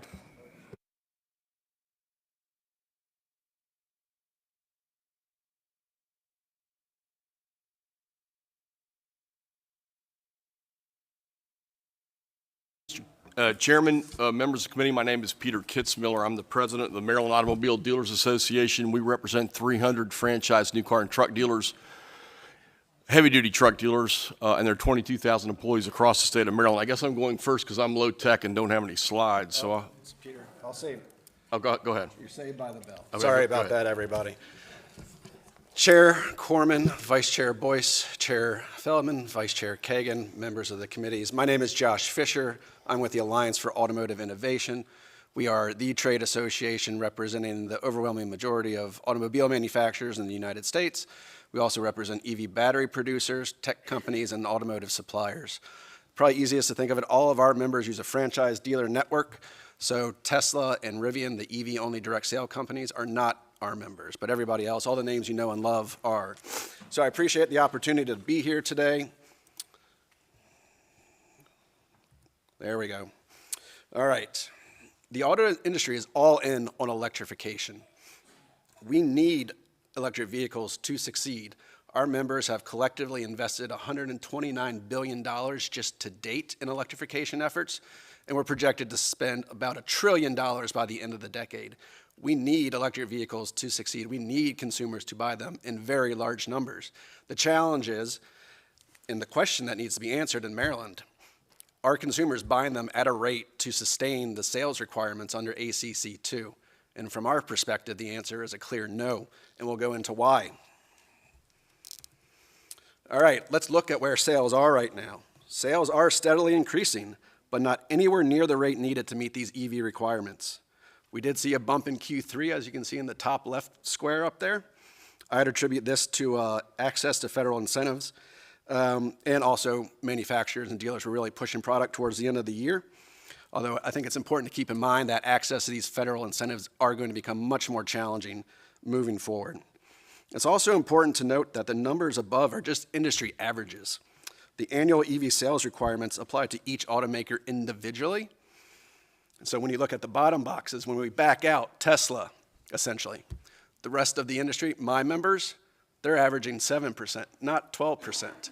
So we've got to go from not an average of 12%, it's more really 7, 6, 5% to 43% next year. So that 12%, that's good. Sales are going up, it's increasing. It's just not going up at the rate as required by that regulation. And so again, 7% to 43%, I don't know how we get there. And as we sit here today, this is the gap Maryland faces from current sales to the 43% requirement next year. You can see there's about a 31.4% gap there. And we got to make that up in a year. This one drills down a little bit more when we back out the EV-only manufacturers again. You can see that gap grows to 36%. So if sales are going up about 2 to 3% a year naturally, I don't know, and I've not heard an explanation how they're going to grow by 36% between now and next year. So why are sales not taking off at the rate that we need to under this requirement? Well, consumers often cite a lack of charging as one of the primary reasons that they won't buy an EV or are hesitant to buy an EV. Now, this chart makes clear how far behind Maryland is in terms of stalling charging infrastructure to support its residents as the state takes away a consumer's ability to buy a gas-powered car. And the number of needed chargers you see here is only to be ready for next year. Maryland will need to install many more chargers every year to keep up with the sales increases. So, we're 11,000 chargers short just for a 43% sales requirement next year. And we have to listen to the consumer. You cannot get ahead of the consumer.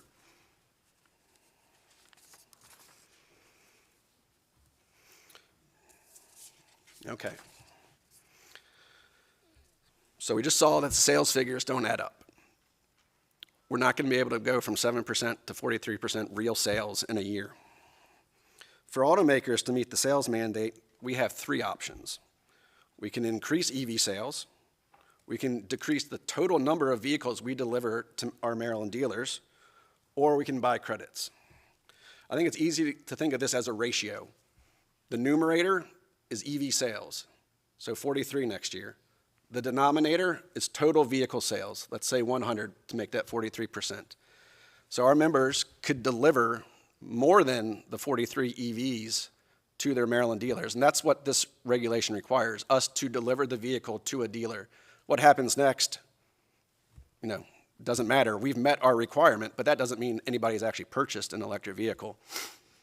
So we're not going to send more EVs to a market when consumers are not buying them. If they're buying 7 over that 100 now, it doesn't make much sense to send 43 the next year unless you know consumers are going to purchase those. Otherwise, you have a lot of stranded product. Dealers are going to suffer. They're not going to be able to sell those vehicles. So each of these options is replete with unintended consequences for automakers and consumers. So let's dive in. The first option, automakers can increase their EV sales and decrease the sales of traditional hybrid vehicles and internal combustion engine vehicles. However, unless consumers begin to rapidly purchase EVs in record-breaking fashion, automakers will be forced to limit the number of non-EVs first purchased in each state. By limiting vehicle options and consumer choice, prices will increase, and economic activity and tax revenue will decrease. The second option has as many of the same ramifications. If automakers limit their sales of all their vehicles so their EV sales share meets the target, consumer choice will be limited, prices will increase, consumers will be forced to shop out of state where limits are not imposed on the sale of internal combustion engine vehicles. Under the second option, these states could also witness a decrease in economic activity and tax revenue that would have otherwise been collected. With the third option, automakers can buy clean car credits from EV manufacturers like Tesla who overcomply with the mandates. These credits available for purchase in the coming years will decrease as the requirements rise, and it's unknown how many will be available on a year-to-year basis. In general, the number of available surplus credits will likely only equate to several percentage points of the requirements at most, given the relative sales of EV-only manufacturers and legacy automakers. Effectively, any strategy that requires automakers to buy credits from an EV-only manufacturer will only raise the price of all vehicles to consumers, even if they buy a hybrid or internal combustion engine vehicle. So where do we end up under all these scenarios? With regulatory failure, unless the state does something now to protect Maryland residents and businesses. The plain fact is, these regulations are way ahead of the consumer, and you cannot get ahead of the consumer. Marylanders will face less vehicle options and higher prices if the state does not act now and withdraw from ACC2. Now this slide here, I believe the first panel talked about flexibilities. To us, credits, flexibilities are a red herring. I just said we don't view them as a viable compliance pathway. This chart shows in model year 27, calendar year 26, next year, our most optimistic outlook on credit availability means we would have to sell at least 30% of all vehicles in Maryland would have to be electric vehicles. I think the previous panel said 19%. I don't know how they arrived at their calculations, but I know how we arrived at ours. And so there's still a gap, and the credits just are not going to be there. And it's important to remember that Maryland has the authority currently to fine our members, I believe, over $20,000 per vehicle if they fall short of these requirements next year. This is serious consequence, and the Secretary's right, nobody's been fined yet, but ACC1 is child's play compared to ACC2. We didn't ask the state to withdraw from ACC1, but this is a whole different ballgame. They're not comparable at all. The sales requirements are just astronomical, and the consumer is not there right now. Now, Maryland's a top 10 state for EV sales, number 10 in the country. And I told you, we're committed to electric vehicles. The electric vehicles are still coming, whether Maryland's in or out of this regulation. We need more people to buy electric vehicles, and we're doing all we can. Our members have developed charging consortiums, have incentivized the heck out of these vehicles to move them, but consumers still are not there to support these requirements. And the idea that flexibilities, our members paying a competitor for credits to comply with the regulation, it's offensive, and it doesn't help the state achieve its goals, because that's credit is not an EV. When you buy a credit, you're not selling an EV. That doesn't help anybody here. So we do not view flexibility as a viable pathway. So again, we can either send more electric vehicles, which consumers are not buying right now, or reduce the total number of all vehicles. Those are our real options here. And that means less vehicles sent to Maryland dealers, less vehicles sold, less revenue, and less tax generation. So I appreciate your time today. I look forward to working with all of you as we move forward on this issue, and thank you for your time. Mr. Chairman,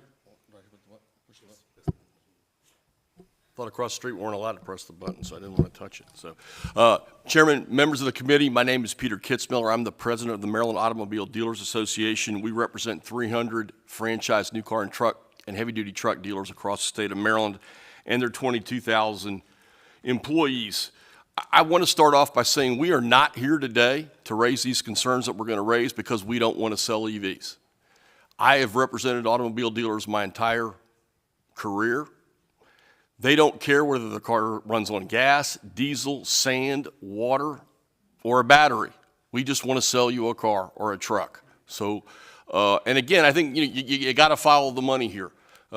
My 300 dealers in the state of Maryland in 2023, 2024 have spent more than $100 million on EV charging infrastructure, training, and equipment to sell these vehicles. And we're going to spend probably another $50 million in the next 12 months. So this has to work for us. We cannot go backwards. EVs are going to be part of the mix of what we sell going forward. The problems Mr. Fisher has alluded to is the pace that we're going, and can we get there? And what are the consequences if we don't get there? So again, I want to be clear, we're selling EVs every day. We have spent a dramatic amount of money, and we got to get a return on that money. So this needs to work. But there are some unintended consequences that we're staring right in the face that we've got to address. I noted in the earlier panel they talked about, I think the Secretary mentioned the enthusiasm that Maryland residents have for EVs, and we are a top 10 EV selling state. But there's a number that we use in our industry to determine how things are selling. It's called day supply. How many days is going to take me to sell the supply of the vehicles I have on the ground? And currently, dealers in Maryland have a 250-day supply of EVs. We have a 40-day supply of internal combustion engine vehicles. 250-day supply is not sustainable as a dealer. We are paying about 7% interest on floor plan. I talked to one of my dealers this morning. He has $12 million worth of EVs, and he's paying $7 million, 7% a month on those $12 million worth of EVs, and he's got 250-day supply of them. So again, I think there's been some overstatement of where the market is. What I hope to do today is to tell you where the market is, not where we hope it would be. I'm going to tell you where the market is. And so I'm going to focus on the one issue that impacts my members directly. There are a lot of issues with this program, but this is the one that impacts us, and we're somewhat unique in Maryland. So we are the only Clean Car 2 state that is going to be bordered on all sides by states that are not part of the Clean Car program and not subject to these EV sales mandates. And Delaware, it's a question, but Virginia, Pennsylvania, and West Virginia are not part of this program. Our biggest markets for out-of-state sales are Virginia and Pennsylvania. So what happens with this program in those two states is going to have a dramatic impact on dealers, our employees, and our customers. So here's our concern. We've seen a lot of charts, and they're very, very good information. I think the first panel had some good information as well. But this is what it boils down to. I'm a Toyota dealer in Baltimore County, Maryland. Let's just make the math easy. Toyota sends me 1,000 new Toyotas every year to sell, and that's what my business is based on. Starting in the fall of 26, we don't have 2 years. This is the fall of 26 because it's model year 27. This is tomorrow as far as the car business goes. 430 of those 1,000 vehicles have to be EVs. So Toyota's got to send the Baltimore County Toyota dealer 430 EVs. The problem is they don't just have to do that in Maryland. They got to do it in 12 other states plus California. There is no way that a manufacturer has the capacity, forget whether we can sell them, which we can't, but let's leave that to the side a second. There's no way they can supply the Maryland Toyota dealer with 430 EVs. So as Mr. Fisher said, they got a couple choices. They can be in non-compliance, they can pay fines, they can write a check to Elon Musk for credits. Those things they're not going to do. So a lot of this is complicated. This part is not. It's very simple. They're going to say, Mr. Baltimore Toyota dealer, we're going to send you 600 Toyotas total, and we can sell you, we can get you 43% of 600, but those 400 vehicles that you used to get, you're not going to get those anymore. And my dealers are good at selling, but you can't sell what you don't have. And so that's the threshold problem. And I can guarantee you, without change to this program, that is going to happen. But the next steps makes this even worse. Where are those 400 vehicles going to go? They're just going to disappear? No. Toyota's going to ship 200 of them up to York, Pennsylvania, and they'll ship 200 of them down to Tyson's Corner, Virginia, which is what I would do if I was a manufacturer as well. Look, at the end of the day, Toyota doesn't care whether you bought the Toyota in Baltimore or York as long as you bought a Toyota. It's only the dealer that cares. And so what's going to happen is the customer's going to go online. Everybody starts their shopping process now online to look for a Tacoma pickup. not an EV, an internal combustion engine pickup. And they're going to look at the Toyota dealer in Baltimore because that's where they always bought their vehicle. And that dealer's going to have 2 of them in stock. And they're going to go on the Toyota website and they're going to look, well, the guy in Tyson's Corner has 62. Well, I want a black one with whatever equipment I want. They're going to drive to Tyson's Corner. They're going to buy the car, which is perfectly legal, and bring it back. And so what have we accomplished? We didn't put another EV on the road. We simply drove a stale out of state. And ultimately, dealers who get significantly less inventory, some of them are going to go out of business. They're not going to survive this. You can't have a business set up on 1,000 cars and all of a sudden, in 1 month time, only get 600 and be able to survive. And so that's the biggest issue that we have. And again, this is not speculation. This is already happening. My Stellantis dealers, which is Chrysler, Dodge, Jeep, Ram, last summer, and not just Maryland, the other ACC2 states, were limited on what vehicles they could buy. We had to order V6 pickups, which nobody wants. We couldn't order certain models because they're trying to get ready for the 43% coming, in 14 months or whatever the number is. And so it's happening. Every General Motors dealer in the state of New York last Wednesday received a communication from General Motors. New York starts with California this fall. They start the programs. 37% have to be EVs. General Motors contacted every GM dealer in New York, said if this isn't resolved by June 1, we're going to have to start altering your inventory. And so this is not speculation. You're going to hear from Mr. Campion in a little while about the advanced clean trucks, and he's going to be speaking on behalf of the heavy-duty truck dealers as well. We have a year's worth of data. California's had the ACT for a year. Heavy-duty truck sales in California are down more than 75% in 1 year. So this is not, hey, the sky is falling, the sky is falling. This is going to happen. The manufacturers don't have any options. I certainly am not, I've been very critical in my 26 years, a lot of things with the manufacturers, but they just don't have any option. This is the option that they're going to have to take, is to limit the amount of inventory that is sent to Maryland dealers. And so that's our biggest concern. Our customers will drive to Virginia and Pennsylvania to buy cars. And I give you a perfect example that during COVID, the first 90 days of COVID, we worked with the governor's office and we did sales by appointment only. We were open from day one. Pennsylvania shut down for, I think, 70 days. We had the best 2 sales months we ever had, especially in Western Maryland, because Pennsylvania residents that couldn't buy a car in Pennsylvania came to Maryland to buy the car. So people will drive, to get a vehicle, and people are going to go to buy the vehicle where they have the most choice. And the dealers in Virginia and Pennsylvania are going to have 6-7 times the choices that we have because of this program. And so, in closing, I think the Secretary mentioned that if you look at model year 2027, if you go to 43%, if we have a normal sales year, I think the estimate was it's 118,000 vehicles. I think that's probably about right. 118,000 new EVs have to be sold starting in model year 2027. So the questions that I have is, number one, is there demand for 118,000 EV vehicles? The customers have spoken. I don't think there's clearly not the demand. Secondly, can the manufacturers build us that many? I don't think they can either. And then third, can our infrastructure absorb 118,000 new EVs? I have dealers that are having to wait 8-10 months just to install the chargers they need at the dealership in order to sell and service these vehicles. So I have a concern about that.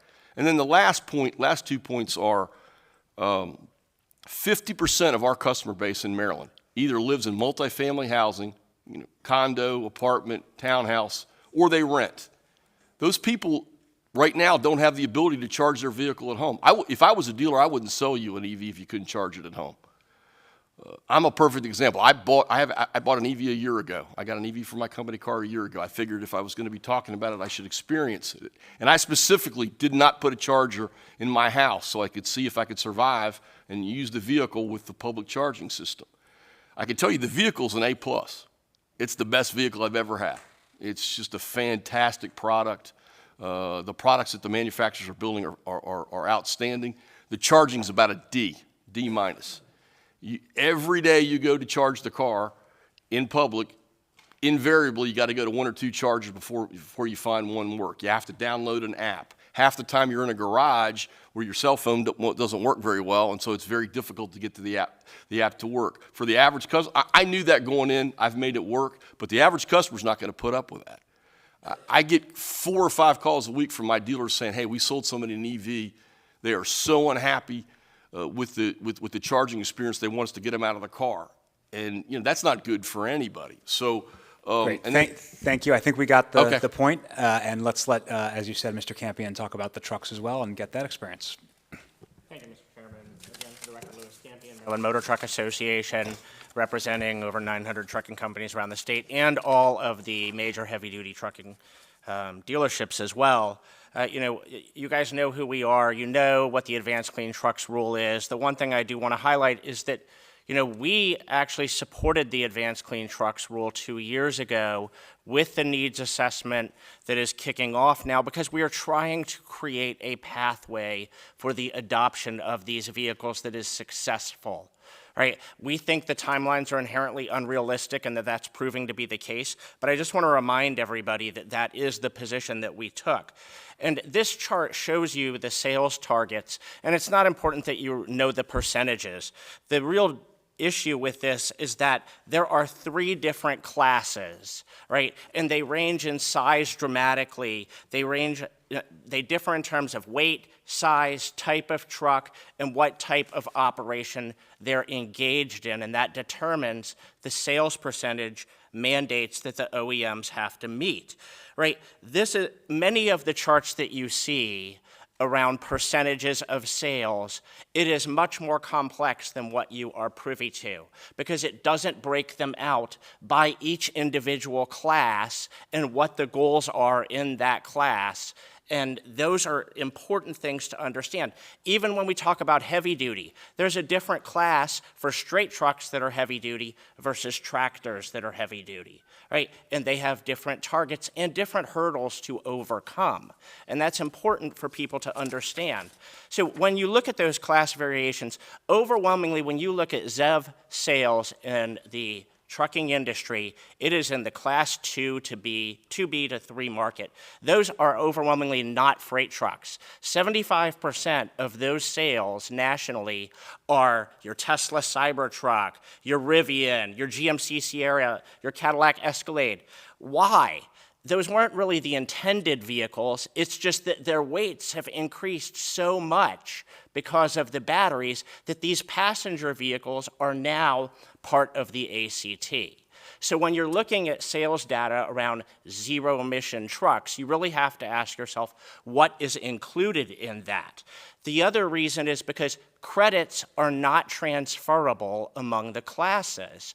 You can only take, the only one that is transferable is if you sell an electric tractor, you can move that credit down to one of the lower credits. But electric tractors are really not selling, as you'll see. So if I sell straight trucks and I sell tractors, right, I have to meet the sales percentages in both of those categories.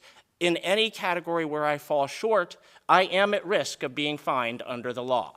Regardless of what the message is about no one having been fined, the law says that there are fines, right? So they have to meet that in every category. And we have actual data from early adopter states. Let me be clear, the only state with the ACT for a full year so far is California.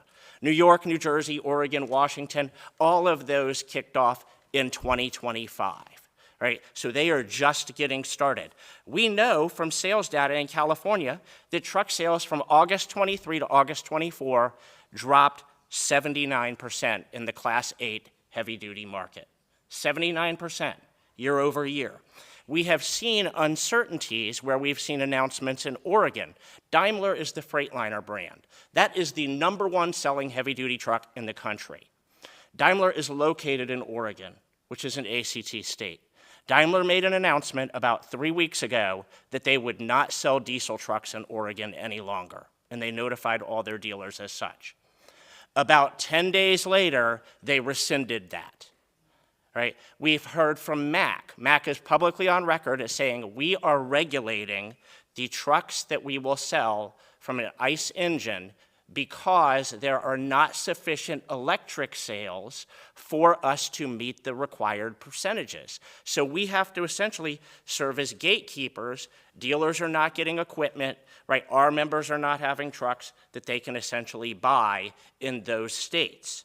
And to give you some idea, right, if you look at the medium and heavy-duty truck sales, it's about 1% are in the tractor group, 1%. In Maryland's first year, model year 27, we will need to be at 15%. I can tell you from data provided by the MVA to me in September last year, there are 3 electric tractors registered in the state of Maryland right now. 3. That's how big the hurdle is to overcome. So I'm just trying to give some framework. We think the grants, you heard from the various agencies about the grants that they've applied to. We support that. We want that. We're trying to build out infrastructure. But to give you a sense of the timeline with that, the I-95 Clean Corridor Grant, there will be no charging stations installed in Maryland until at least 2029. That's according to MDOT's own application. Half of the stations are slated to be 2029 and half installed in 2030. We have a requirement that starts with model year 27, and that really starts in calendar year 26 when those model years and orders start to come out. I just want to provide, you've got a lot of data, so just a couple of real world examples from companies that are testing electric trucks. We're trying to implement them, right? One is that the lead time is 3 to 4 years for both of these companies, from when they started the application process through charging infrastructure and actual vehicle acquisition. One company, this company is running a tractor trailer that it is limiting to 60 to 80 miles round trip per day because of concerns about vehicle range, right? They are very much in the testing phase. Company B runs from Baltimore up to a location in Pennsylvania, and they have to use 2 trucks to complete a round trip. So what do? They take the electric truck one way, they leave it, they charge it, they take a diesel truck back, they pick up in Baltimore, they head back up to Pennsylvania, and repeat the cycle, right? We've already heard about the budget challenges from the transit bus acquisition, but again, this is hard. It's hard for us too. Those costs are not nominal on us. They are 3 times more expensive, and that's without charging infrastructure. And so I just sort of encourage you to really remember that model year 27 is calendar year 26, right? We have to have infrastructure. We have to have the needs assessment, right? Otherwise, everything you own came on a truck. It was on a truck at one point in time. And if we don't get this right, the disruptions to the supply chain will be astronomical. Thank you. I'm certainly happy to answer questions. Do you want to, Kevin, do you want to? Thank you, Mr. Shen. Please go ahead.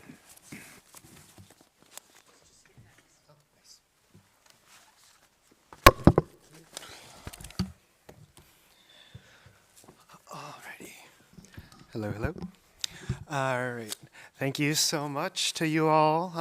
Thank you, Chair Feldman, Vice Chair Kagan, Chair Corman, Vice Chair Boyce, and members of both committees. Thanks for being here. My name is Kevin Shen, and I'm a policy analyst with the Union of Concerned Scientists on our clean transportation team, and I really appreciate the opportunity to talk about the importance of Maryland's clean car and truck efforts in avoiding toxic air pollution, meeting Maryland's climate goals, and giving Marylanders electrification options that in the end can help save households and fleets thousands each year at the pump and on vehicle maintenance. But I wanted to start by just reiterating kind of one of the big reasons why we're talking about electrification in the first place, which is that there's incredible urgency by which Maryland in particular needs to clean up its transportation system. Over 80% of Marylanders currently live in areas that are not up to the Federal Clean Air Act science-based ozone standards, largely in Baltimore County and Cecil counties. Exceeding these kinds of air pollution standards comes with adverse impacts on public health, as well as additionally the potential for federal penalties if not addressed. But But one of the biggest contributors to this ozone pollution is from vehicles. Vehicles increase concentrations of ozone up to 11 parts per billion of a 70 part per billion standard. And this and other pollutants from tailpipes hurt all Marylanders' hearts and lungs, from the air that we breathe every day, but especially people of color. So for instance, in Maryland, from Maryland Department of Health data, that has shown that black children in Maryland have 5 times the rate of asthma-related emergency department visits than their white counterparts, and those kinds of numbers are pretty harrowing. The rules that Maryland has adopted to electrify transportation, the Advanced Clean Cars 2 and Advanced Clean Trucks rules, those are key ways to alleviate these burdens and come with years of negotiations on compliance flexibilities to help ease implementation. For instance, the Advanced Clean Cars 2 rule actually allows up to 20% of its sales targets to be met with plug-in hybrid electric vehicles. These vehicles have gasoline engines in them. There are similar provisions for the Advanced Clean Trucks rule as well. In addition, there's a robust credit, banking, and trading system for both rules that helps manufacturers reach compliance. In these credit systems, we can start with the Advanced Clean Truck rule. In the Advanced Clean Trucks rule, there are 2 pools of credits for the rule. One of it's for heavy-duty tractors, but then all the rest of the vehicle classes are actually transferable among them with different values set for different classes. That helps allow so that the most easily electrifiable use cases can kind of go first, and then things that might be tougher to manage, those can go later. In addition, for the Advanced Clean Trucks rule, things have constantly been, or flexibilities have been added very recently, even such as in December. Just this past December, Maryland adopted an amendment to the Advanced Clean Trucks rule to help make sure that the early credit lead time was extended by a year, so you could earn even more early credits to try and ease that kind of transition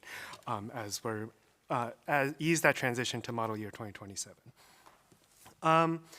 Then lastly, I want to note that already in California, truck manufacturers have generated more than double the amount of credits needed in 2024 via early action credits alone. You can see that kind of data and the credits on the CARB website. And also, in addition, I didn't see the data from MDE, but you all have. As you heard from MDE, sales have generally exceeded the current ACC 1 requirements for light duty side, and then also for the medium and heavy duty side for the Advanced Clean Trucks rule, and generally these sales for zero emission vehicles have been kind of record breaking every single year. Meanwhile, manufacturers in other states outside of Maryland have been taking actions that have generally strained dealers and customers who want these electric vehicles. So CARB, or the California Air Resources Board, late last year, interviewed dealers and manufacturers and came out with a memo showing that manufacturers have been contributing to an artificial product shortage. They have been communicating contradictory things with regulators, saying that we can meet the ACT regulations to them, but also communicating to dealers that such compliance is difficult or impossible. And then in general have been refusing to engage in many of the flexibilities that are allowed in the rule, that have also been negotiated time and time again, most recently in the Clean Trucks Partnership in 2023, which is an agreement between manufacturers and CARB to allow for more flexibilities while making sure that both parties are making good faith efforts for compliance in the rule. In addition, the CARB analysis has shown that manufacturers may be even price gouging, with electric trucks being nearly $94,000 more expensive than comparable trucks in Europe, US versus Europe. And then also prices in the US have been increasing while prices in Europe have been decreasing. This goes against the terms that manufacturers agreed to with CARB, and it goes against the kinds of flexibilities that they negotiated in 2023, all in effort of selling more trucks in the end. Next, I want to turn towards charging infrastructure. The charging infrastructure needed for both the cars and the truck side has is indeed feasible. It has been increasing greatly in the past couple years, and results from a recent report by Atlas Public Policy have shown that meeting the requirements for the Advanced Clean Trucks Rule is feasible, especially with its gradual ramp up. In fact, much research out there on electrification and climate talks about the potential of electric vehicles, especially personal electric vehicles, as a flexible load in terms of they can actually help benefit the grid by their ability to smooth out kind of the variability in demand every day that people have. In fact, a vast majority of charging infrastructure on the medium and heavy duty side from this Atlas public policy research, was been shown to be level 2 charging. This is kind of the charging that is it uses the same plug and configuration as a household dryer. And most of that will be level 2 and at fleet depots, both on the smaller classes, class 2B and 3 on the left, as well as for the larger classes, classes 4 through 8 on the right. In addition, on the light duty side, one major recent development that I think one of the delegates up there mentioned, one of the recent developments in 2022 was the decision to follow the North American charging standard. This is like everybody is going to follow the Tesla kind of charging standard. This was decided in 2022. It finally settles the kind of VHS versus Betamax. I wasn't around for that, but that kind of debate about interoperability. And then in general, allows for cross-compatibility. I drive a Bolt. In my most recent road trip, I got to charge at a Tesla charging station. It was pretty nice. And in general, this allows the dramatic increase of availability of charger networks to drivers all across Maryland. Lastly, I just want to reiterate that these clean cars and truck regulations do not exist in a vacuum. They are standards that come alongside hundreds of millions of dollars in federal and state programs supporting the transition, whether it's investments in Volvo's Hagerstown plant, charging infrastructure investments along key corridors, MEA's vehicle and charging infrastructure grants, the EV excise tax credit that was mentioned earlier as well. And in general, these programs work with the regulations to create stable markets, help support the industry that we all are saying that is the future.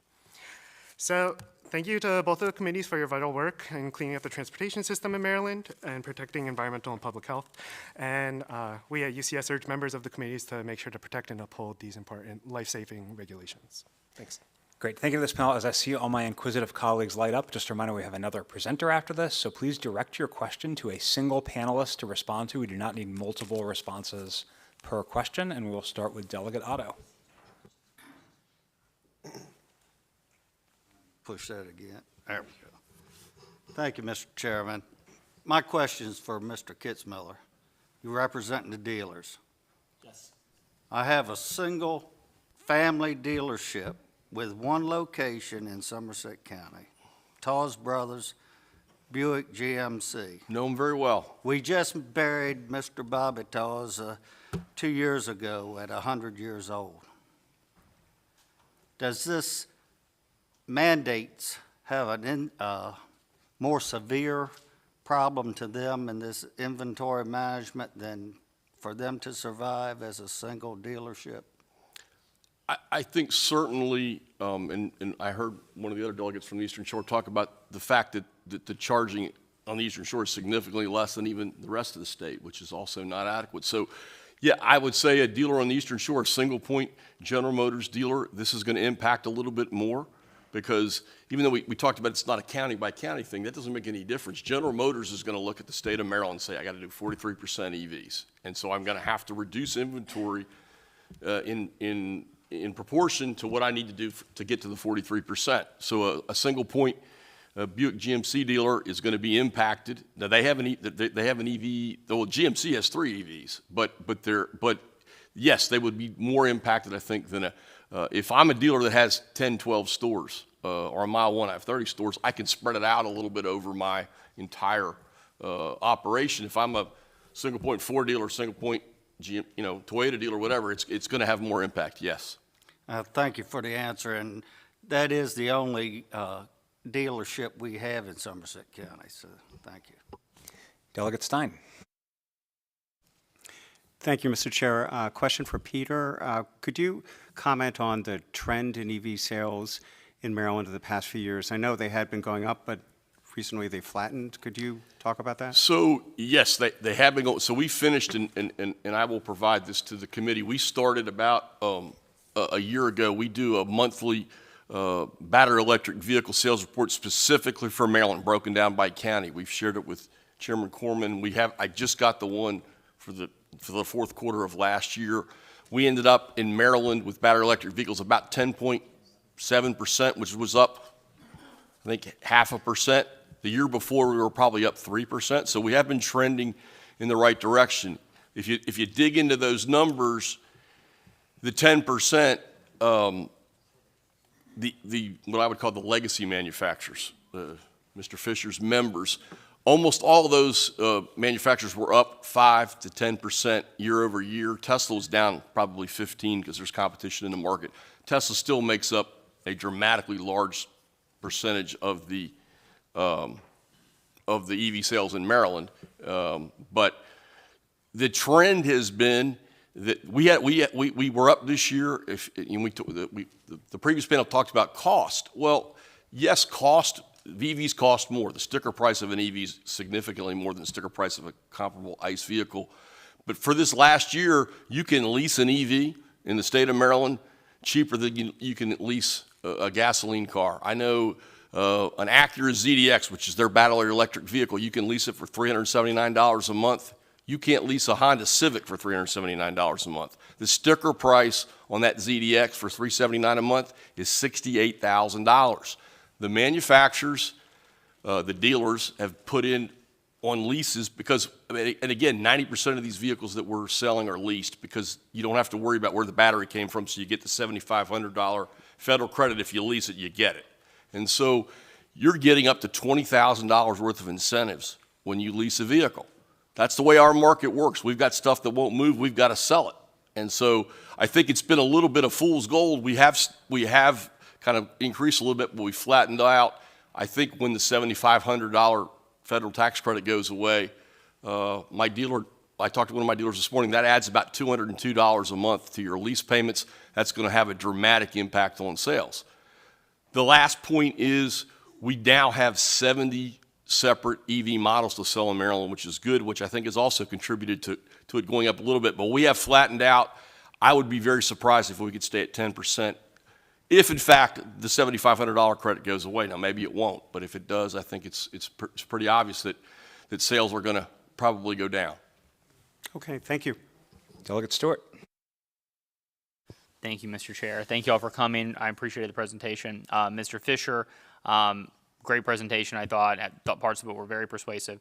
You walked us through the 3 bad options that manufacturers are facing. One of those you described is basically a non-starter, which is the sort of alternate compliance or the credits. You described it as writing Elon Musk a check, which, I have to admit I would find pretty odious too. But Mr. Shin's presentation then said that in California, manufacturers seem to be using the credits to great success and using those to basically meet the mandates. So is Mr. Shin wrong? And if not, why can't the manufacturers use the credits in Maryland to similar success? Well, it depends. I don't know if he must be referring to ACC1 because ACC2 in California starts this year, model year 26, calendar year 25. So I assume he was referring to ACC1. The sales requirements in ACC1 are probably, 14, 15%, somewhere around there. So we're at, 12% in Maryland. So I said it's child's play compared to ACC2. So yeah, we can comply with ACC1, and we have been because sales grew to that point naturally, and there are enough credits. But it's going to be a completely different ballgame. There are credit programs. I'm assuming MDE must have projected that a manufacturer will be able to earn every single credit available. The reason our number is different is because we don't. There's pooled credits. And the only way my members can generate a pooled credit is over complying in another state and then using that credit in a state where they're below sales. We're not over complying anywhere, so we're never going to generate those credits. So that's one set of credits we're just not going to earn. So you're starting to drop there. There's another set of credits, EJ credits, which are vehicles sold through community programs or below MSRP thresholds or after vehicle lease sold to dealers. When we checked last year, I don't think the state, Maryland, had even established some of these programs. So we zeroed those out because we can't earn those credits either. So we're already starting at a deficit. In sales, in our projection, real sales would need to be 30% next year. We're at, again, my members are at 7% at best. So we're not even going to get there. So the deficit keeps growing no matter how you cut these numbers. There are not going to be enough credits because we're already so far behind the requirements. There are just not going to be enough credits. And so Tesla is the main generator. They were 100% of EV sales. They're closer to 50% now. And that number is going to continue to go down. But Tesla also has to comply with these requirements. They have to send credits to a state. They can sell the over-compliance credits. But as the sales requirements in each state go up, 43% next year, 51%, there are going to be less over-compliance credits for them to even sell. And the deficits in each state are going to grow. So we're 43% next year in Maryland, 51% after that. The sales requirements only go up. And the sales gap is going to increase, right? The deficit, like we're 36 points off where we need to be for next year. It's going to be the sales requirements go up 8 to 9% each year until 2035. So if you're already 34 points behind and you're growing at about a 2 to 3% rate of sales each year, well, you're being outpaced automatically just by the automatic increases each year. So less credits available, requirements get more stringent. We do not view it as a viable pathway for several reasons. There just frankly won't be the credits available. Okay, great. Thank you. So look at Alan, which looks like the final question for this panel. Thank you, Mr. Chair. Thank you, gentlemen, all of you, for being here today. My question is for Mr. Kitzmiller. I just wanted to, because you were talking a lot about the challenges in the market, and I don't doubt there's a lot of challenges. And I know Tesla actually kind of has its own parallel system for manufacturing and their dealerships and all. But when I worked in the auto industry, I worked on the manufacturing side. The dealers placed the orders to the manufacturer, and then the manufacturer sent them. Is that not the business structure when it comes to the EV vehicles, or have things changed as a result of mandates? You are correct. Normally, we're going to order from the manufacturer, but with EVs, that is different. And frankly, because we are a Clean Car 2 state, we get a larger percentage of EVs than somebody, let's say, for example, in Pennsylvania, because the manufacturers are trying to send them to the state where they need to get compliance. We're not really ordering those EVs. As I mentioned in the beginning, we have a 250-day supply of EVs, which means we would be happy not to take one for 4 or 5 months, and we'd be probably okay. But yes, you're right. Normally, we are ordering with EVs. It's a little bit different. It depends on if you're in one of the 16 states. You're going to get more EVs. It is a little bit different with EVs. Got it. Thank you. Great. Thank you to this panel. We are now going to try, I think this is breaking new ground for this room, to bring up our virtual witness, Craig Siegel, Senior Vice President, Evergreen Collaborative, and former Deputy Executive Officer of the California Air Resources Board. So let's see how this goes. Hello. I believe the host has stopped my video, but audio has certainly worked, and it's just a pleasure to be here today with all of you. I think my role here today is to discuss some of the legal options before you all in the legal situation, which is ever evolving. As you noted, Chair, I am former Deputy Executive Officer at CARB, although I, of course, don't speak for California today. I was part of the team that led the development of all of these rules, and prior to that, I was Assistant Chief Counsel for the board, so I oversaw all litigation matters. Hey, can you hold on 1 second, sir? Yes, of course. First, is there a way to put him on the screen? Or are we just getting the voice of God? And then the audio is a little low. And can we also try to adjust the audio up for whoever is controlling the audio? I will also try to speak loudly. How's this working for you all? Thank you. Of course. And I would not aspire to be the voice of God, but I'm glad to be hopefully a voice that's useful to you all. And please stop me if AV stuff comes up again. As I was saying, I've been involved with the legal interpretation of these matters for many years and also teach and work at various law schools on this. So hopefully I can be of use. What I think may be helpful, and I've been watching the useful and informative testimony today, is to discuss some of the legal landscape that Maryland now confronts in light of the new administration and some of the legal background for this program. I'll speak relatively briefly in view of the hour and would be happy to take questions.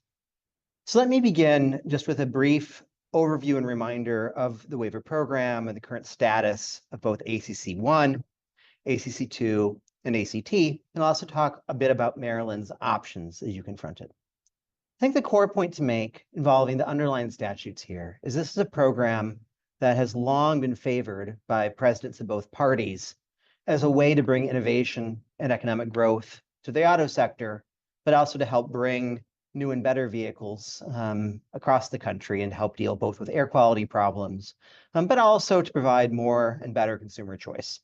The program originates in Congress's recognition of state authority. California had been regulating vehicles before EPA did in light of the LA smog problem, but then grew, including amendments under the first President Bush, to recognize that this was actually a useful tool for the states to lead in developing approaches to introduce new and better technologies, to bring technologies to market, and to scale up innovations.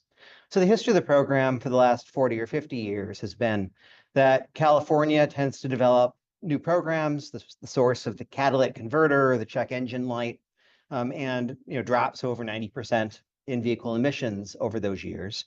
And that other states with an interest in getting first into these markets, ensuring their citizens benefited from cleaner air and from more choice in newer vehicles, have licensed to adopt these programs wholesale, so long as their core components are identical with California's, but with significant flexibilities on which model years they adopt, how they design their own starting credit banks and the like to make it work for them. A waiver for these programs has never been withdrawn until the first Trump administration. As the Secretary mentioned, that was litigated, but not wholly. We are likely to see churn again, which I'll get into in a second.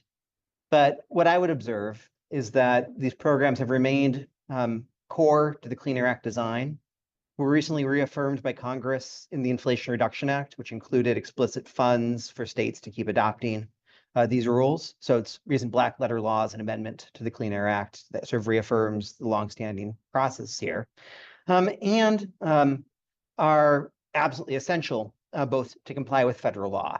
For example, without the pollution tons reduced for these programs, it's quite hard to meet federal health mandates, without which states face sanctions.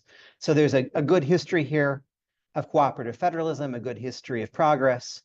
And there's also a history, which we'll turn to next, of industry-state collaboration to solve challenges. As you've heard today, there is, we are at a moment of relatively early market development. Certainly the market is developing and stabilizing for cars. It's a little newer for trucks. And regulators have typically worked through those matters in the past.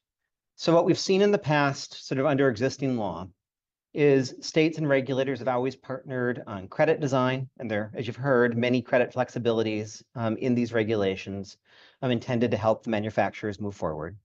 They've also partnered on complementary policies. So there's a long history within state legal authority of states developing incentive programs, of developing infrastructure plans, of working with utilities and local governments and siting and rates for things like charging infrastructure that are buttressed by federal programs and funding, as well as private investments. Those are, again, perhaps a little further along for cars than trucks, but there's been strong interest in those and a long legal history of those working through. So much so, in fact, that we have seen repeatedly the industry opt for legal stability, even as in the first Trump administration, we experienced significant challenges to these programs. I was the lead legal negotiator for California's framework deals with the auto companies and one of the lead negotiators for the truck deal.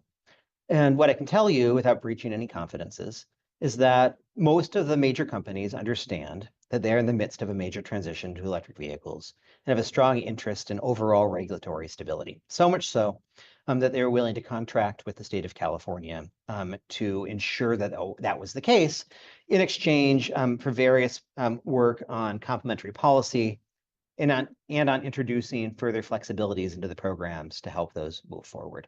Those flexibilities on the whole also apply in states that have adopted those programs, which provides some further flexibility, as you've heard debate today, on whether those flexibilities are enough or what else one can do.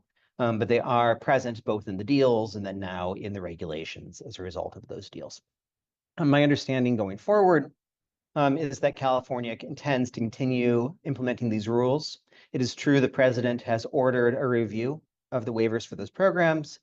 I can tell you, having litigated those matters last time, that's often a multi-year cycle during which both companies and markets face an international transition in which the companies on the whole want to continue those investments, as do, in my experience, many other investors who have invested in battery facilities, dealer training, infrastructure, all the other pieces of this transition that are within state authority.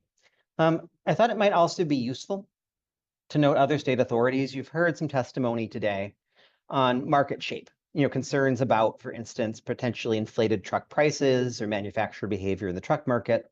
You've also heard about ways to protect small fleets, small dealers, helping everyone participate. And I think what's useful for me to say is that there has been interest from multiple governors and, I gather, attorneys general in how do you build a useful regime here? How do you make sure that, unfair business laws applied properly, that folks are monitoring pricing, and are also helping small businesses through the usual state authorities, from antitrust to affirmative partnership to help dealers, buyers, fleets, warehouses all work together here. States also tend to have a range of other legal authorities, including authorities through the utility commissions, land use authorities, abilities to sort of set good standards for charging reliability, and abilities to help bring warehouse owners in ports, including, of course, the Port of Baltimore as it rebuilds from this recent tragedy, to help ensure the supply chain is ready. So I think what I'd offer, and again, trying to be brief here, is this is a longstanding program. It is a program that has weathered challenges to its stability in the past because it's so deeply rooted in the US code. It is a program, yes, also under litigation and challenge, and I can get into the details of those litigation in some detail, depending on what the delegates find helpful.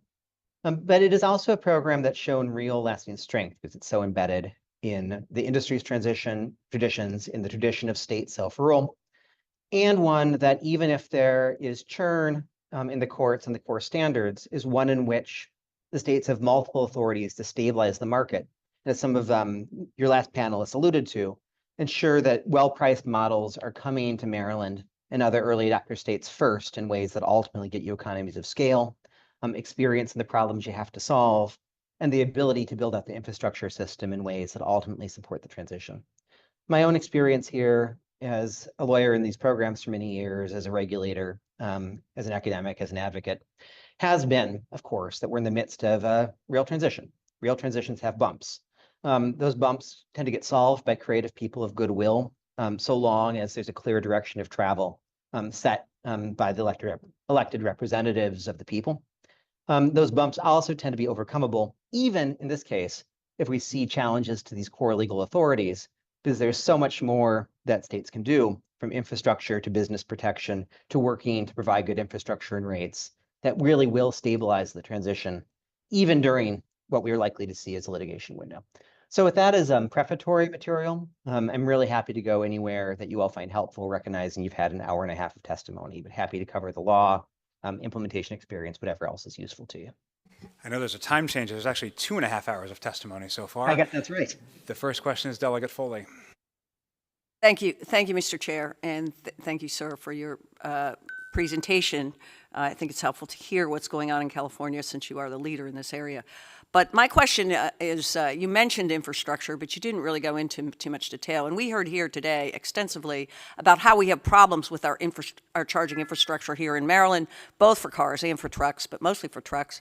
And that's affecting the goals for sales and manufacture. And if you could just briefly describe, the infrastructure in California, where that is, and I'm particularly interested, in addition to for trucks, also with respect to multifamily homes, and whether there are any programs there addressing that issue.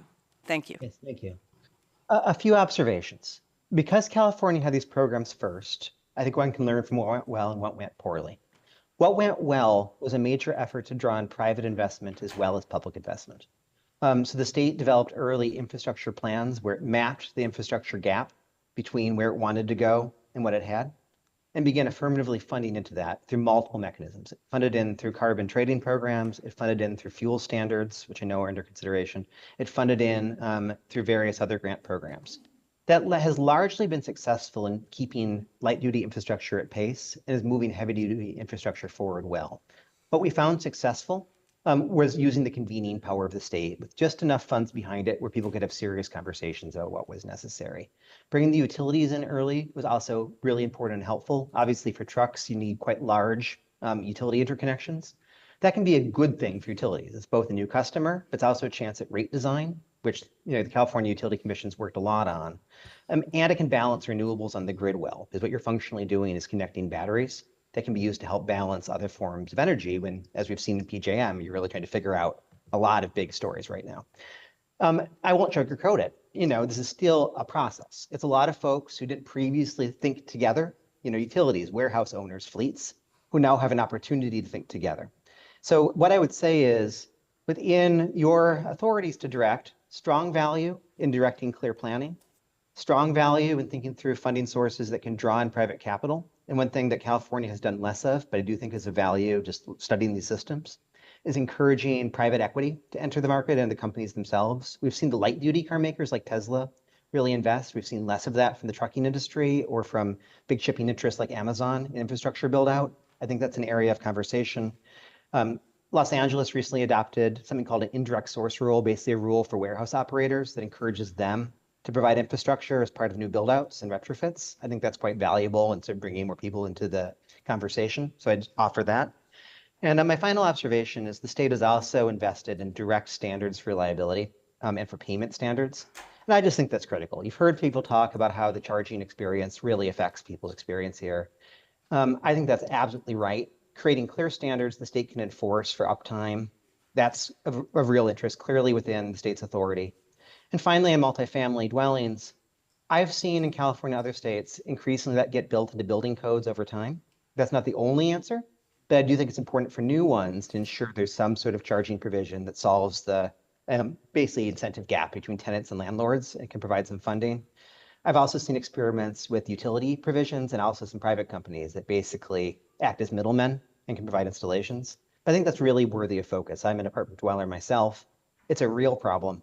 And I think it's one of those areas where government intervention early helps because it's hard to organize the landlords. I've seen less work with the big landlords and realty trusts on this than might be useful.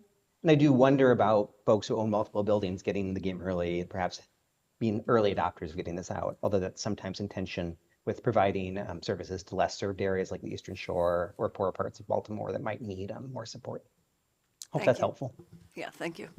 Yes. I'm going to throw one question. You mentioned the likelihood of if there's a waiver that's pulled by the current administration, multi-year litigation is maybe the likely scenario. What's not entirely clear is if you were advising the manufacturers during this multi-year pending litigation, should the manufacturers be complying with the current mandates that are in place? And that's a little fuzzy. Thoughts on that if you were advising the manufacturers during that multi-year litigation? Sure, Senator. So my experience, again, without getting into privilege matters, last time was that almost every one of the manufacturers continued broad strokes compliance. Some did formal contracts with regulators, some just continued broad strokes compliance, but with the goal of maintaining credit banks and, more importantly, market share. In this context, there are worlds in which stay motions are filed, and this is resolved in terms of enforceability early, but the actual legal question will take years to resolve in all probability. So for the manufacturers, I'd say two things. One, there is a real need, given the strength of the law in favor of these programs, to avoid putting yourself in a compliance hole for the long term. And that's a real problem and a risk to manage for folks who think in 5 to 10 year sagas rather than political windows. The other thing to say is that beyond legal compliance, and I alluded to this earlier, and this would be my advice to them, I look at the geopolitical picture. BYD alone in China is rapidly cornering the global market in electric vehicles. That is a question of national security. It's also a question of competitiveness for the American makers. We all remember the story of Toyota and Honda versus Detroit in the 80s and 90s. So I think if I was GM or Ford, I would be very interested. And if I was, a state with battery investments in making sure competitiveness stayed real. So even if you thought that, the new presidency will ultimately eliminate or weaken these programs, that just doesn't change the reality of the global emerging market or even the markets in the US where, frankly, sure, someone without infrastructure charging today may not want one of these vehicles, but do I think in 10 to 15 years, folks are going to want to be paying for gasoline when they have a cheaper option that lasts longer? No. So I think as a matter of corporate strategy, at least broad strokes compliance is really in everyone's interest. And the last thing I'd observe, Senator, is states that want to benefit from that early broad strokes compliance, which I do think will be the behavior. There is a great value in complementary policies and in maintaining these rules on the books, because that's where the vehicles will come to first for prudent companies, and that gets you the economies of scale, the dealer education, basically the learning by doing, that you need to make these cheaper and more deployable in a given state. Delegate Stein. Thank you, Mr. Chair. Just getting back to the sales issue. I know that California, give the percentage of market that EV buyers represent is much bigger than probably any other state. But in terms of getting to the standards under your Clean Car 2 standard, I assume that there still are some challenges that are in the offing.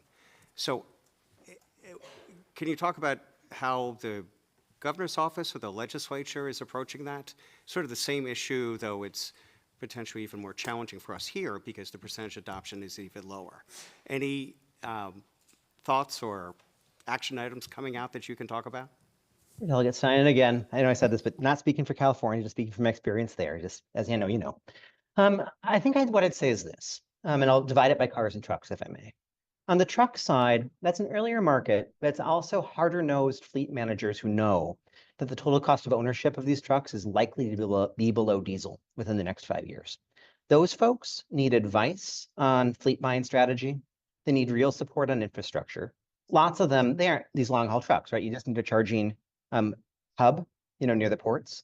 That's really valuable. It's valuable to them both because their families are exposed to pollution, so they care about, my kid has asthma, and they care about the long-term business picture. So I think their warehouse rules, California's having a serious conversation about expanding the Los Angeles rules statewide. I think that's prudent. They're flexible rules, so it's basically warehouse owners have to think about how to support electric fleets. I think utility policy is a big deal. Having a real serious conversation about virtual power plants with these batteries where fleet owners can benefit, and retail and wholesale rate design, really important. Zoning and permitting conversations, really important. Like, you just have to have local officials at the table and talking about how are we going to do this? Where's this going to sit? I think really important for the trucking fleets. And of course, I think ongoing financial support is important. But as I've alluded to, I really think this doesn't have to be just public budgets. I think having a real conversation about leasing models, other ways folks can benefit from the whole value chain here, gets you to a point where you have a real conversation with businesses about, hey, we want a reliable electric supply chain. We don't want to be wed to foreign oil or even, diesel forever. How are we going to do it? And that's a small group of folks. You can pull them into a room with a good planning session. For the cars, obviously, I'm also a fan of planning and design. But I'd say the market's really quite advanced. You've heard some of the challenges today, but I have a high degree of certainty they'll continue to see more and more EVs, regardless of federal and state policies. It is just for the same reason that horses and carriages were a good bet in 1920. It's a better technology. Timing, open to question. Direction, not. There, I think, to go to an earlier question, I would focus heavily, especially in this time of legal churn, on building the rest of the policy. Some of that's making sure some of these leasing deals and state funds are available, especially for folks who may be lower income or less able to get into these vehicles, but who would really benefit. But if I had to pick one thing, I just want to highlight charging reliability in the multifamily dwelling piece that was raised earlier. It is absolutely within your authority. It is a problem with many possible solutions, but it really needs a solution. That I've seen, that I saw as the lead regulator here. People care about price, but they care a heck of a lot more on whether or not they can actually charge their car, because that's how you benefit from the price. Let's pick one thing. How do we get those chargers into parking lots? How do you get them reliable? How do you put real skin in the game there so people can't just sort of say they wish they were reliable? And how do you make sure that the big landlords and the like are providing them? I think that's just a huge value. And it tends to be underweighted. It's less sexy than the big we're exiting combustion conversation, but it's really where, as it were, the rubber meets the road, in my view. Great. I do not see any additional questions, so thank you very much for your presentation, and thank you to both the Senate and House Committee for this interesting and long hearing. Have a great afternoon, everybody. We are adjourned.